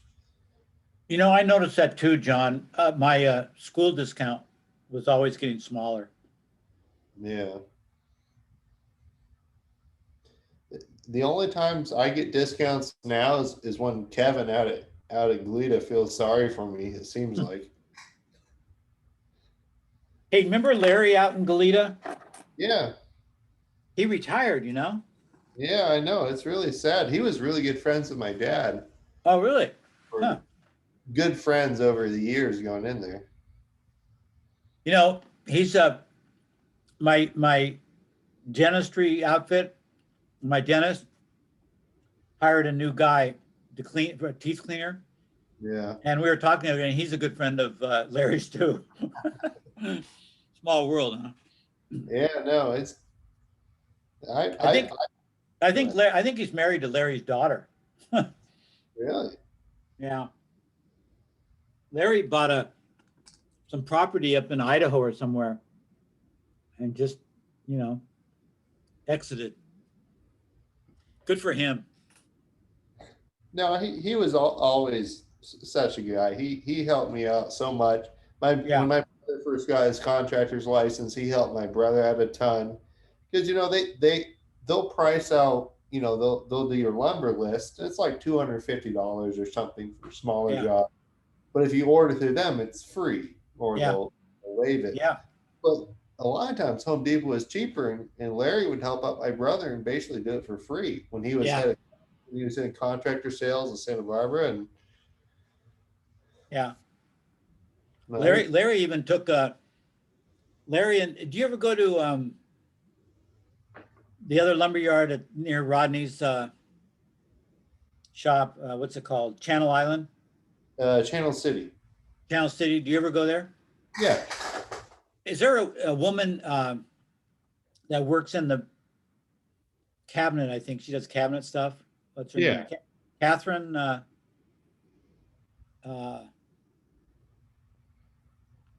What's her last name? Hispanic last name. She used to work at Hayward Design, but Uh-huh. she and Larry took my green building class way back. That was a lot of fun. Larry's a cool guy. He's very critical of things too. I like that about him. Okay, are we back? So I'm going to do a list of, I'm going to try to put on a drawing what we're talking about with anchor bolts. And I'll put a page that talks about piece versus linear foot versus board foot versus bundles. Just sort of summarize that for you. Actually, you know, John, I had a list. I did it on a list years back, and I think one of your classes may have had it. Probably the math class. Yeah, I think so. I'll have to see if I can find it, but I can make one up.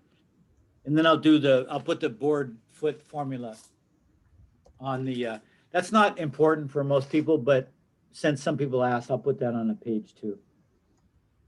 And I'll put those in our file and I'll reference them next class. Okay. So the rest of this is pretty easy. Yeah, that's what they always say. So, hold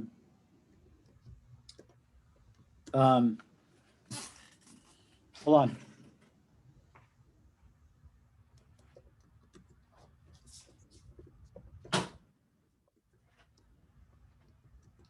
Hey, you guys, am I too loud? We turn your volume down if we need to. You know, that's what I was thinking when I said that. My wife says she can hear me downstairs. That's why I shut the door. But, you know, I'm getting harder of hearing as I go older, and I'm probably louder because of that. So, but, you know, you guys, you can turn it down, so that works good. I'm not really yelling at you. I'm just talking.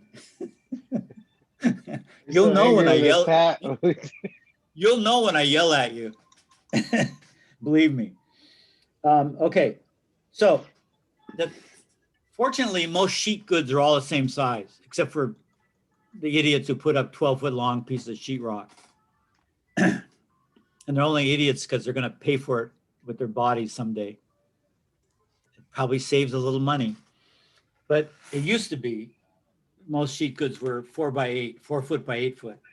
So plywood, you can get longer plywood and you can get longer sheetrock for special things, but still predominantly sheet goods are 4 by 8. So what does that make their area if they're 4 foot by 8 foot? 32 square feet. 32 square feet, which is really handy. So if you have a roof that's 320 square feet,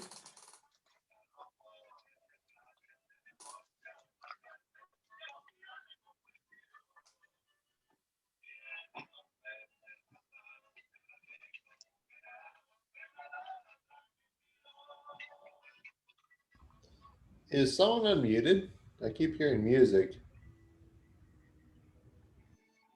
who's muted? Is who muted? I keep hearing music. Oh, yeah, somebody's forgetting. So if a roof is 320 square feet, it could be a gable roof like this.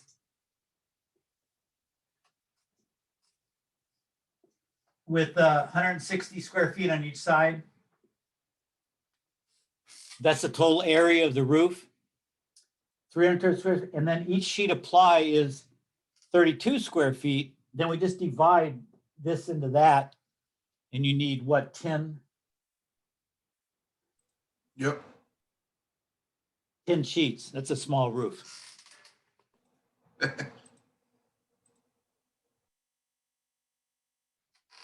So with plywood, you can just divide the whole area. If it's a wall, it'll be maybe 8 foot high on the outside and 20 feet long. So it's 160. And then you just divide that by 32, and that'll tell you how many sheets of plywood you need. Now, with roof sheathing and wall sheathing and sometimes floor, there's a couple of things you have to think about. That's sort of generally how you find it, but it may be a little, you may have to add a few sheets to that. I always add a couple of sheets. There's a waste factor, a certain amount. I forget what it is for plywood. But there's also other things that can help you decide exactly what you need. So here's a roof, right?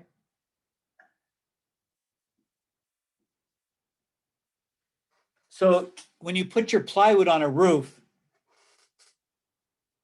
you put it on like this, and the next sheet, and then you stagger it. You start with a half sheet so that your joints are staggered, right? So you want to put the plywood up staggered. You start with an 8 foot one, but on the next row, you start with a 4 foot one. So they're halfway staggered. But when you get to the other end, you may have one rafter bay, 2 feet left. But the code says you can't put a 2 foot piece of plywood on a roof. It has to be bigger. I don't know what they say, probably 3 foot, because it could be 16 on center. But in this case, I think it's 4 foot. John, do you know? I think it basically has to span 2 rafter bays. It has to be 32 inches, I believe. Yeah, 32 for a 16, but 4 feet for a 24-inch thing. Yes. Because you can't have a piece of plywood just covering one bay at the end. Because the hurricane or the earthquake would rip that up. It needs to be nailed to at least 2 or 3 joists. So that will impinge on how many boards you order. So for this one, you couldn't just put, so what do you have to do if you can't just put a small partial sheet? You have to come back.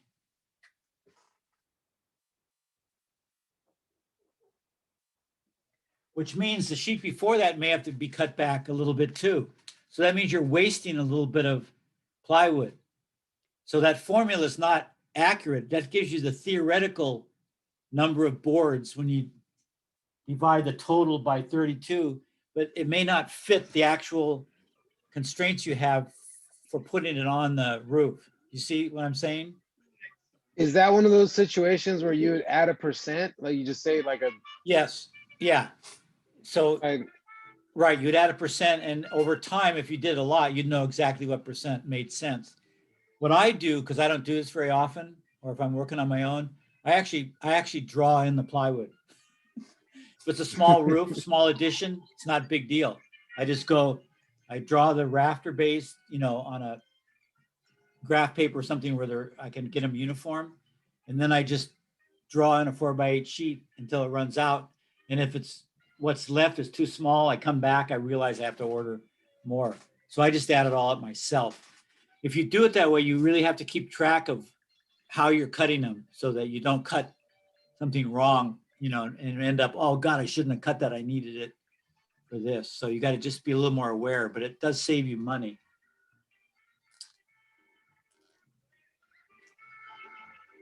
Yeah. A lot of people just like formulas, but I'm a real visual person. So I often draw things out, take the extra time, but then I can actually see what's going on, and I can, it's a good way to be accurate. I mean, if you do this a lot, you'll save your company money by not taking so long to figure it. But if you're working for your own, or you need to get it right, then sometimes it's better to draw it out. I draw out stair stringers, the whole stringer, just so I know exactly what's going on. So sheetrock would be the same way, right? It's 4 by 8, at least the walls are usually 4 by 8 sheets, and a wall's 8 foot tall. So if it's a 20-foot long wall,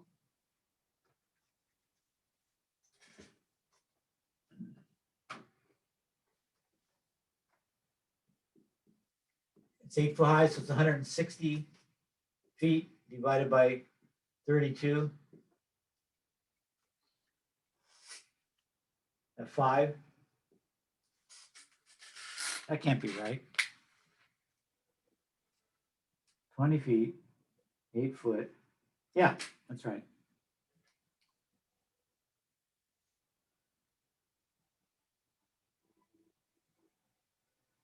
So on a ceiling, they may use 12-foot pieces, so you'd have to, it would be 12 times 4, it'd be 48 square feet. So, you know, there are exceptions. Plywood, they may use like, what's the plywood that mimics tongue and groove? T111. That'll come in 10-foot, 12-foot lengths, so you would change the square footage accordingly. But normally, people deal with 4 by 8 sheets. Do you know why they call it T111? No. Haven't a clue.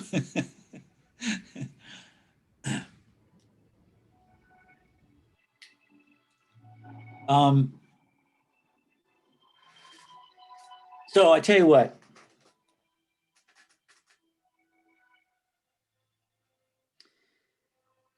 I always do a little extra stuff that we can do if we get early, and I don't want to let you go too early, so you get your money's worth. So for this week, I had some basic math like area formulas, perimeter formulas, volume formulas. But I think we're too tired for that tonight. Would anybody disagree with that? Nope. So it'll only take 15 minutes to do those, but so I'll fit it into another lesson. I'll make sure you get it. You know, when you take the math class, the measuring and calculating the credit class, you get all this in more detail because it's 16 weeks of math. But I try to get a little bit in each class because some of you may not take that class, and also it's good to reinforce it. But those formulas I can do in 20 minutes on any class, and we've got a number of classes left, so I'll save it and show mercy on all of us tonight. Does that sound good? Thanks, Patrick. Sure. Thank you. Thank you. Yeah, so what do we got next week? Electrical, plumbing, and HVAC. Dude. Nice. Yeah, some of you will like that because you're in those fields, or some of you wanted more commercial stuff. I got a new blueprint book from a publisher that's got light commercial. So I'll see if there's anything in there that's worthwhile, and I'll try to. We've got the class after that is commercial and remodel plans. So we'll show you some commercial stuff and how it differs from residential blueprints, and well, I'm tired too. The remodel plans, we'll talk a little bit about that week too, because there's some differences in that, but not a lot. Okay, so I'll put both recordings up, last week's and this week. You know, I was waiting for Donna, but I don't hear from her, so I'll put those up for you, okay?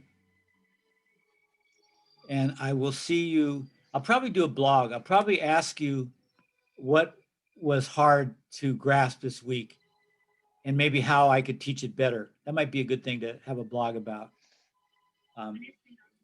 You know, part of it is we haven't been in school for a week, as has your teacher, as has not your teacher. So, and I'm kind of tired. So, but I might do that just to get some feedback. Okay, otherwise I will see you in a week. Thanks, Patrick. Okay, you're Sounds welcome. good. Thanks. All right, good night, everybody. Night. Have a Good night, good night. Patrick. Yeah, have a good night, you guys. Good night too. Okay. Whew. How you doing, John? I'm tired. Well, Yeah, I'm tired too. we had some bad news today. Oh, what's that? On Rodney's job, all the windows have to be pulled and redone. Oh, why? No pans installed underneath them. You know, did I tell you about that last week? We had some leak. Or 2 No, weeks. I don't think you did tell me. Yeah, we had a couple leaks and the drywallers caught it. So I went and tested all the windows and I got 7 out of 10 to leak. Spraying, you know, from 6, 10 feet away up and having the water land on it. Yeah, which may not ever happen in reality, but you got to be prepared.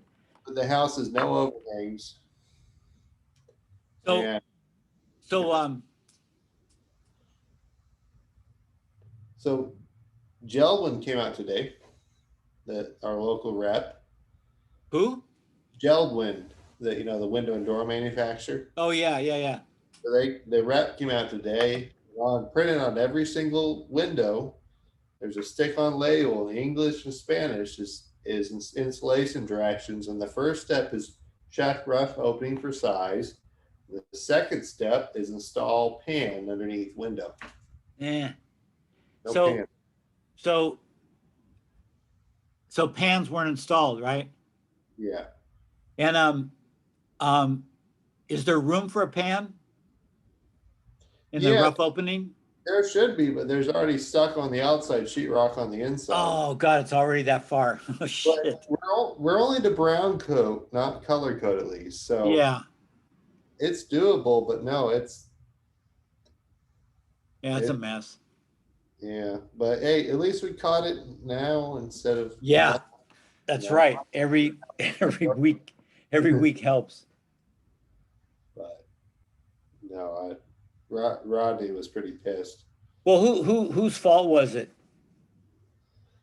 Well, I would say it was the installer's fault. You know, Rodney had his old company put him in. Yeah.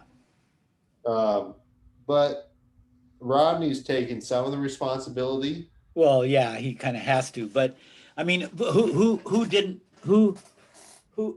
I mean, almost everybody puts pans or at least a slope, like I do with the sloped siding piece. Yeah. I mean, that would constitute a pan, but that wasn't done, right? Yeah, no, it said specifically the pan has to have a positive slope towards the outside. Yeah. I mean, I know, well, now I know the person that installed them. Do you ever meet Theo, the guy that worked for Rodney for like 20 years? Works for his old company. Yeah, I probably met him. Yeah. Yeah, and I don't know. It's tough, you know. I know, but that's such a ubiquitous thing. I mean, everybody does that, right? Yeah, I mean, for that style window, everyone does that. So I don't know. It really sucks, and I feel really bad for Rodney. I don't know. Well, yeah. I mean, he'll just make. I don't even know if he'll make less because of that. There's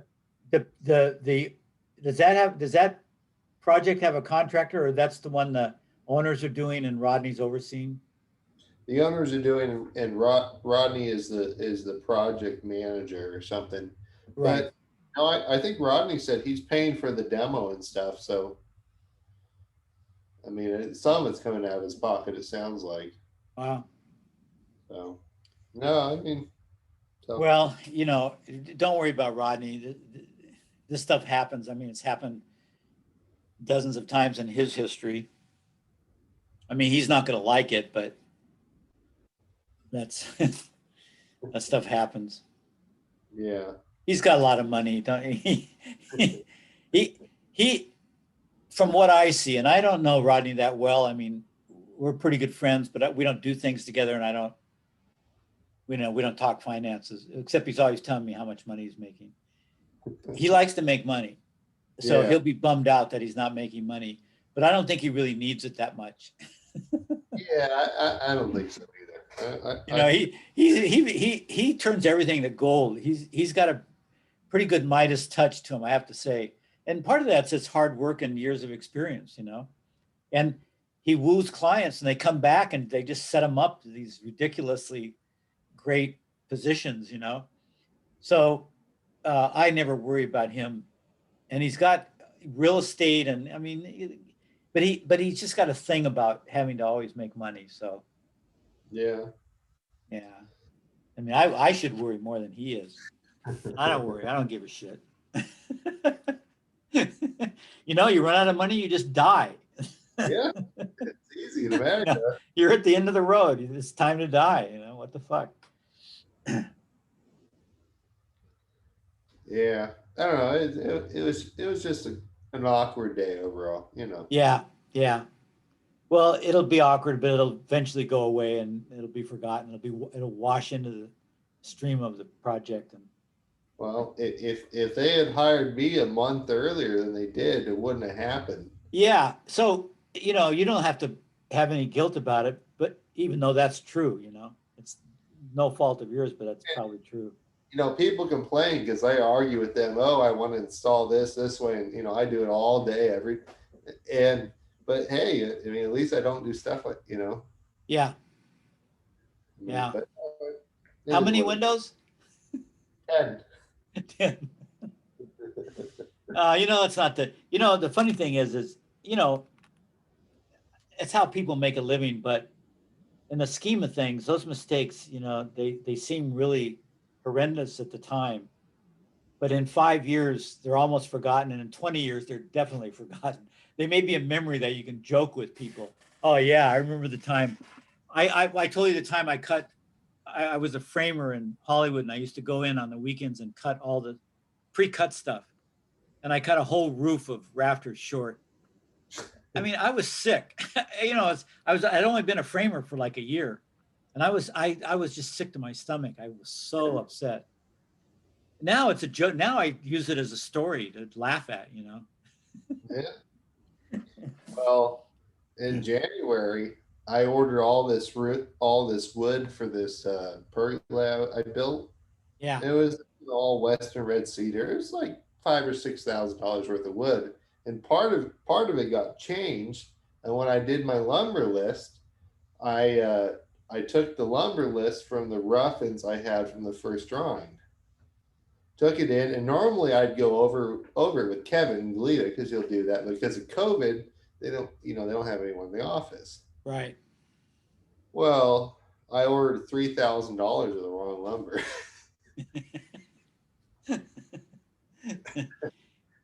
That's where it's good to know the people at the yard, and sometimes they can swing deals and reuse it, you know, so you don't.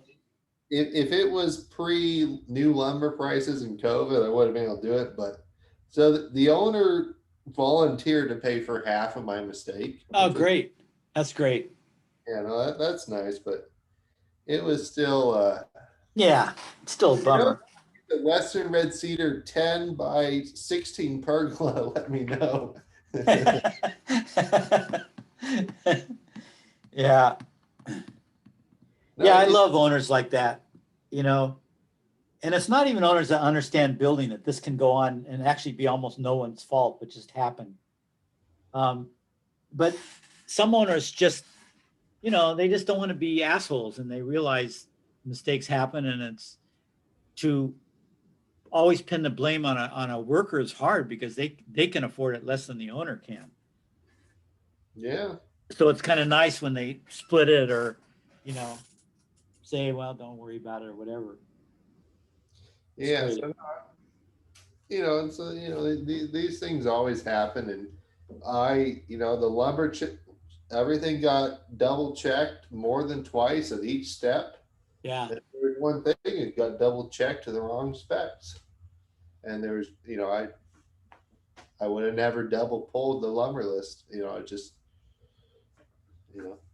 you know, that's the hard part in life. My dad's buddy he does a lot of work with. He's friends with, he's either Griffin or Crane or Griffin and Crane. Right. I guess retiring. He's like, you know what I realize is, no matter what you do, you can never make the owners happy. And if you live for that, it'll just destroy you. Yeah. And that's the hard part of life. You can do everything right and still get the wrong result. Oh, yeah. Oh, yeah.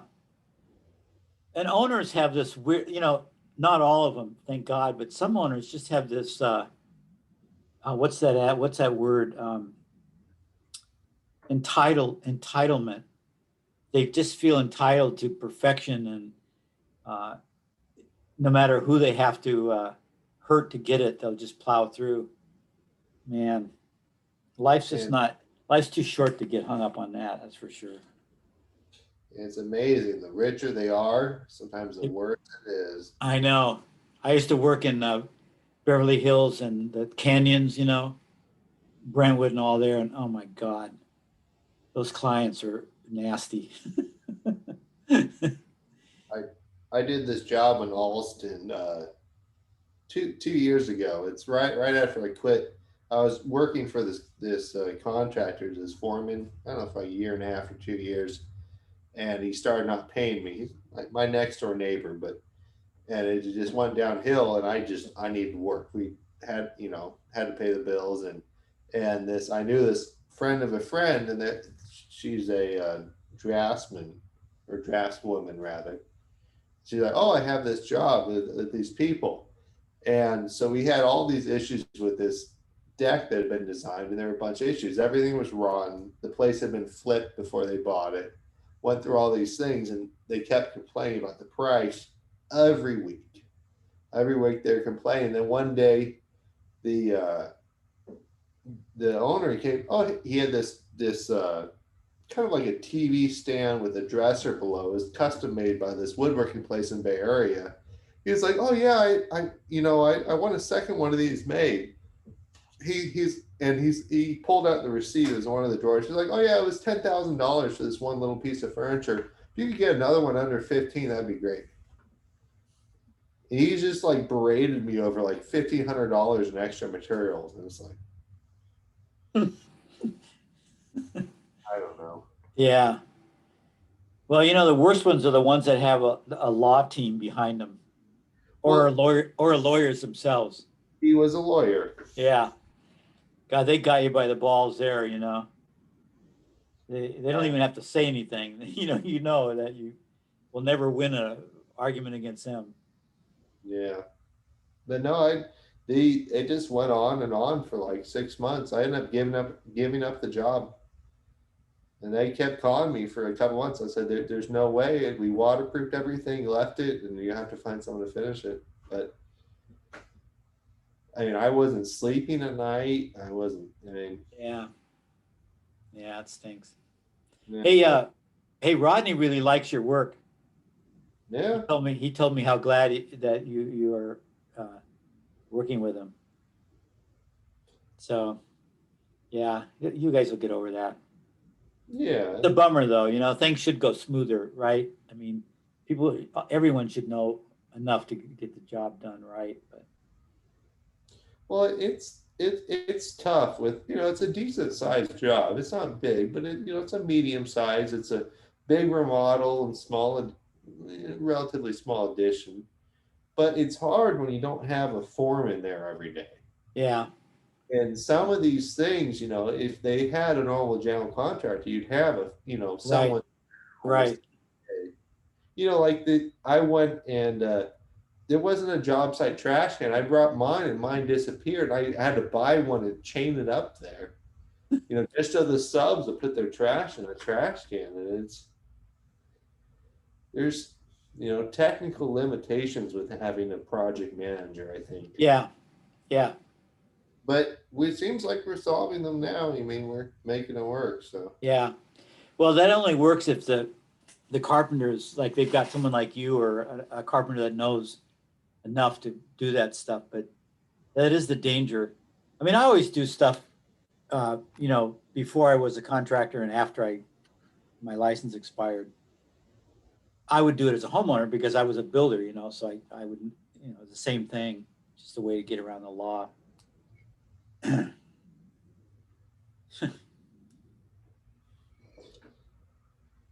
Yeah, I don't know. It's interesting, but you know, it seems like Rodney's still relatively happy, and it's weird for me working under someone that's been, I don't know, 4 or 5 years, and that's a little tough because I'm very particular in how I do things, and Rodney's about 10 times as particular as I am. But no, Yeah, it's fun. yeah. I mean, Rodney and I have run into, Jim doesn't, he does stuff his way, but he doesn't talk about it. You know, he doesn't confront it. But Yeah. Rodney likes to do things his way, and he likes to put it in your face, you know. Rodney and I have come into a bunch of arguments, pretty strong Yeah. arguments about this or that, just different ways of doing stuff. I always remember hearing from, you know, my great uncles and stuff that, you know, no two tradespeople that care about what they do will ever not have an argument. There's some Yeah. saying, you know, that's just, you know, if you care about what you do, you know, Yeah. and Yeah. you, Rodney's come from a little bit different backgrounds. He's more like, you know, cabinet making. You're more practical, and probably the thing, and you know, you're going to have different opinions, and that's fine. You know, and you know, Rodney has some good things, and you have good things too. You know, it's Yeah. Well, we kind of know a little bit, each other's strengths and weaknesses. I mean, Rodney's attention to detail, I was complimenting on that the other day, is good, but it can also get in the way. It can also alienate people around him. You know, every skill like that has its downside too. yeah. Yeah. Rodney's obsessively detailed about everything, but I'm selective. I'm obsessive when I want to do it, but otherwise I don't put that much energy. I don't put as much energy into it. I don't want to spend the energy. Well, like, you know, Rodney's like, oh, you know, I talked about different jobs, like, oh, you should build your own cabinets or something. And it's like, no, I'm just gonna go buy cabinets in a cabinet shop or go order them through Home Depot. If I spend that much attention and do that, it's doable. It'd be fun to do, but I can't run a business and do that too. Yeah. I mean, I'm just not capable in the same way he is. I know my wife wants to redo our kitchen next year. And, you know, I don't want to go to Rodney because I think the people that took over his company charged too much. Yeah. But, and you know, the places like Home Depot and Hayward, they have pretty good cabinets now, you know. It's like, it used to be they were always crappy. You just go to someplace else, but over the years they've gotten pretty good. So I might I wouldn't mind installing some, although I'd probably rather have someone do that too. But Well, like I've done, I don't know, 7 or 8 kitchens with Home Depot cabinets, usually American Hallmark, one of those companies. Which is actually funny. The American Hallmark, the company I've been selling all the cabinets from, yeah, it's actually in Arizona where I lived for a while, and I just never knew. I've actually been in their parking lot and never knew. But so my L kitchen, like it's about 10 by 12 L kitchen. All the cabinets for that were $4,500. wow, Pre-fit, screwed them together, got installed in about a day and a half. And the pantry, you know, the big cabinet stuff are big money. You know, like a pantry cabinet's like $2,200 just for that. yeah, But if you can stick with smaller cabinets, or you know, you can make it really cheap. So our full L all the way around the kitchen, that was about $4,500. The island was, well, $250 a cabinet, so that was $500 plus the top. Yeah. The pantry was about another $4,500 because of the big cabinet. the problem with my situation is my wife's become a real connoisseur of design over the years. And so, and I've always been, so we're going to try to do something interesting. So that'll bring the price up automatically, but we may still have stock cabinets we can fit in, but you know, the kitchen I have now, I have everything on the same level, you know, all the cabinets stick out the same amount and you get Yeah. like banks of things, and I break it up with the range hood and different things, so it's not too overwhelming. But lately, the fad is to have them at different depths coming out from the wall together. That's a thing they've started doing. And I like, some of it I really like, so, but I'm sure that's, somebody's commercialized that and you can get those units too, you know? Well, basically with Home Depot, if you want to go for like American Woodmark or I think they have about 15 brands, but the 5 low to medium level brands, you can get cabinets in any 3-inch dimension. So you can get them. Yeah. So there you go, right? 18 deep. You can get You them just have to figure out the design. Also, I think the ones at Home Depot are probably actually better now, but Yeah. IKEA cabinets used to be pretty good. But now I've heard so many complaints about them, but I put in a set right near here years ago. And then Dan Cartina put in a set for some friends of mine in Goleta, and they look pretty good, but not all their cabinets. Some of their stuff's pretty wimpy and not great. Are they solid plywood or are they MDF or something? I can't remember what they are. I don't think they're probably, I don't know what they are. They're probably MDF. See, I mean, everybody was. I wouldn't do anything but plywood. And What? I won't do anything but plywood. I would never put an MDF. No, I wouldn't either, just for the toxicity. So, Yeah. but the doors, I guess they make plywood doors that won't warp. Yeah, no. I mean, the MDF doors are foolproof, but I don't like that. well, that stuff. the inset panel Yeah, the panels keep things straight. is going to be MDF no matter what you go with. Pretty much. Yeah. But you should come check out. You can see my kitchen. I did 2 next door, and I'll probably do that. I'll probably have my wife and I'll probably come over because now that the pandemic's sort of getting over, we're probably going to jump into that, and it'll take us a while to settle on a design. But I hate to see my funky concrete countertops go, but I have a feeling their longevity is about over. Well, we waited for the sales around Black Friday, and so for all of our granite, so we have basically 10, 10, and 3. So it's about, I think in reality, it's about 34 linear feet of 2-foot granite. Yeah, and where'd you get it? Home Depot. Guess how much? They had a Black Friday sale, huh? Yeah, guess how much it was? About 33 feet of linear. Geez, I don't know. 6,000? $1,400. Wow. Yeah, that's a pretty good deal. And my wife doesn't even like granite that much anymore. She's been looking at quartz and some of the, other things. Yeah, we'll go look. Quartz was about 5,000, I think. More than the granite, huh? Wow. Yeah, no, it's more now. Now there's if you want high-end granite with certain patterns will be more than quartz. Right. We did the whole kitchen for, I think it was like 11,500, 12,000. We're thinking of granite backsplash that has some of the, what stains in it. Yeah. And that's probably expensive, but I'm not too worried about the price because this is probably the last remodeling I'll do. Yeah. And, we haven't done the kitchen for a long time and it needs an upgrade. I must have built the new drawers and none of them have the float, self-closing and all that, the goodies. And yeah, I don't really care about that stuff, but my wife's starting to like that. So no, I could live in a shack, with, barnwood stuff. I have some of my life actually, but I actually, I'm such a Scrooge, but I think, what am I going to spend the money on? I'm not a big spender, so I might as well make her life better and have her dream kitchen. Yeah. We're going to knock it out 3 feet because we've got the second floor goes out another 3 feet. So we can come down flush with that.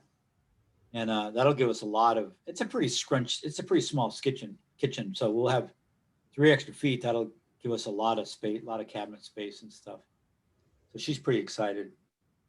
Yeah, no, that, you have that over. Yeah.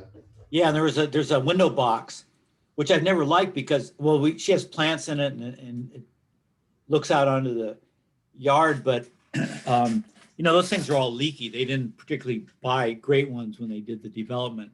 So I would either build one or make sure I could get one that was really airtight and double walled and stuff. And I could build one too, but she'd probably like a manufactured one, but we'll see. I've seen pretty much, well, every single one. I put in, I don't know, 4 or 5 of those. And my dad has many stories about those things always leak. Yeah, and you know that's where a lot of our heat goes, because you know I've done a door test and most of the doors and windows are okay. A lot of it went up that fire. We had a fireplace that had a gap, and all the inside air was able to go up and out when the fire wasn't on. God, when I discovered that, you know, I got in looking at it and went, "Holy shit!" So we replaced that, and that was a lot of leak, but. Well, Yeah. you know, I had to fight for it, Rodney's job. So they have a 0 clearance wood burning stove. Yeah. And so it has a chimney box that runs all the way up. And on the interior lower section, I asked the insulator why they didn't insulate it. It's like, oh, it's not an exterior wall. It's like that box is open to that uninsulated chimney on the top. And I argued for like 30 minutes, like it has to be insulated. It has to be insulated. And it's like, oh no, that's an interior wall. I'm like, there's a hole up into the top. It's crazy. And it's the guy from SB, you know, Santa Barbara Insulate. Yeah. Well, that's what, you know, it's because you grew up in the kind of the country. Would you say you grew up in a country or small town? Yeah. And Northern California. And I spent 10 years in Maine. And when you live in those areas, you know that stuff better than the city people do. You know about fireplaces and creosote fires and insulation around that. You know, city people just don't know any of that shit. Yeah. Well, yeah, it is what it is. Well, I appreciate coming back to class, Patrick. I enjoyed my sleep, but I was tired tonight too. Some of these classes are hard to teach. I should probably change them, but yeah, no, they weren't bad in person. You know, I don't think. Well, that's the other thing. It's horrible, you know, with me just droning on. In a classroom, we all moving a little bit. I can move, use a blackboard, hold up things. Yeah, it's just so different. This is deadly for me too. Well, like the whole anchor bolt thing, you know, we were talking about. You could show that in less than a minute. Yeah. And no one would be confused. I know. But I forgot who I was talking to. I mean, some people get that stuff right away, like you, and there's a handful of guys that are pretty experienced, but sometimes I get going and I don't think, oh shit, these new people are not going to have a clue what this is about. But you know, it's funny. I told them in the beginning, I don't expect them to know it. And sometimes I'll be talking to the advanced people and they just can not worry about it. But, you know, they get nervous. They don't want to just do that on my say. So. Yeah. Well, so when are we going to be back in person? I guess summer 1. Summer 1.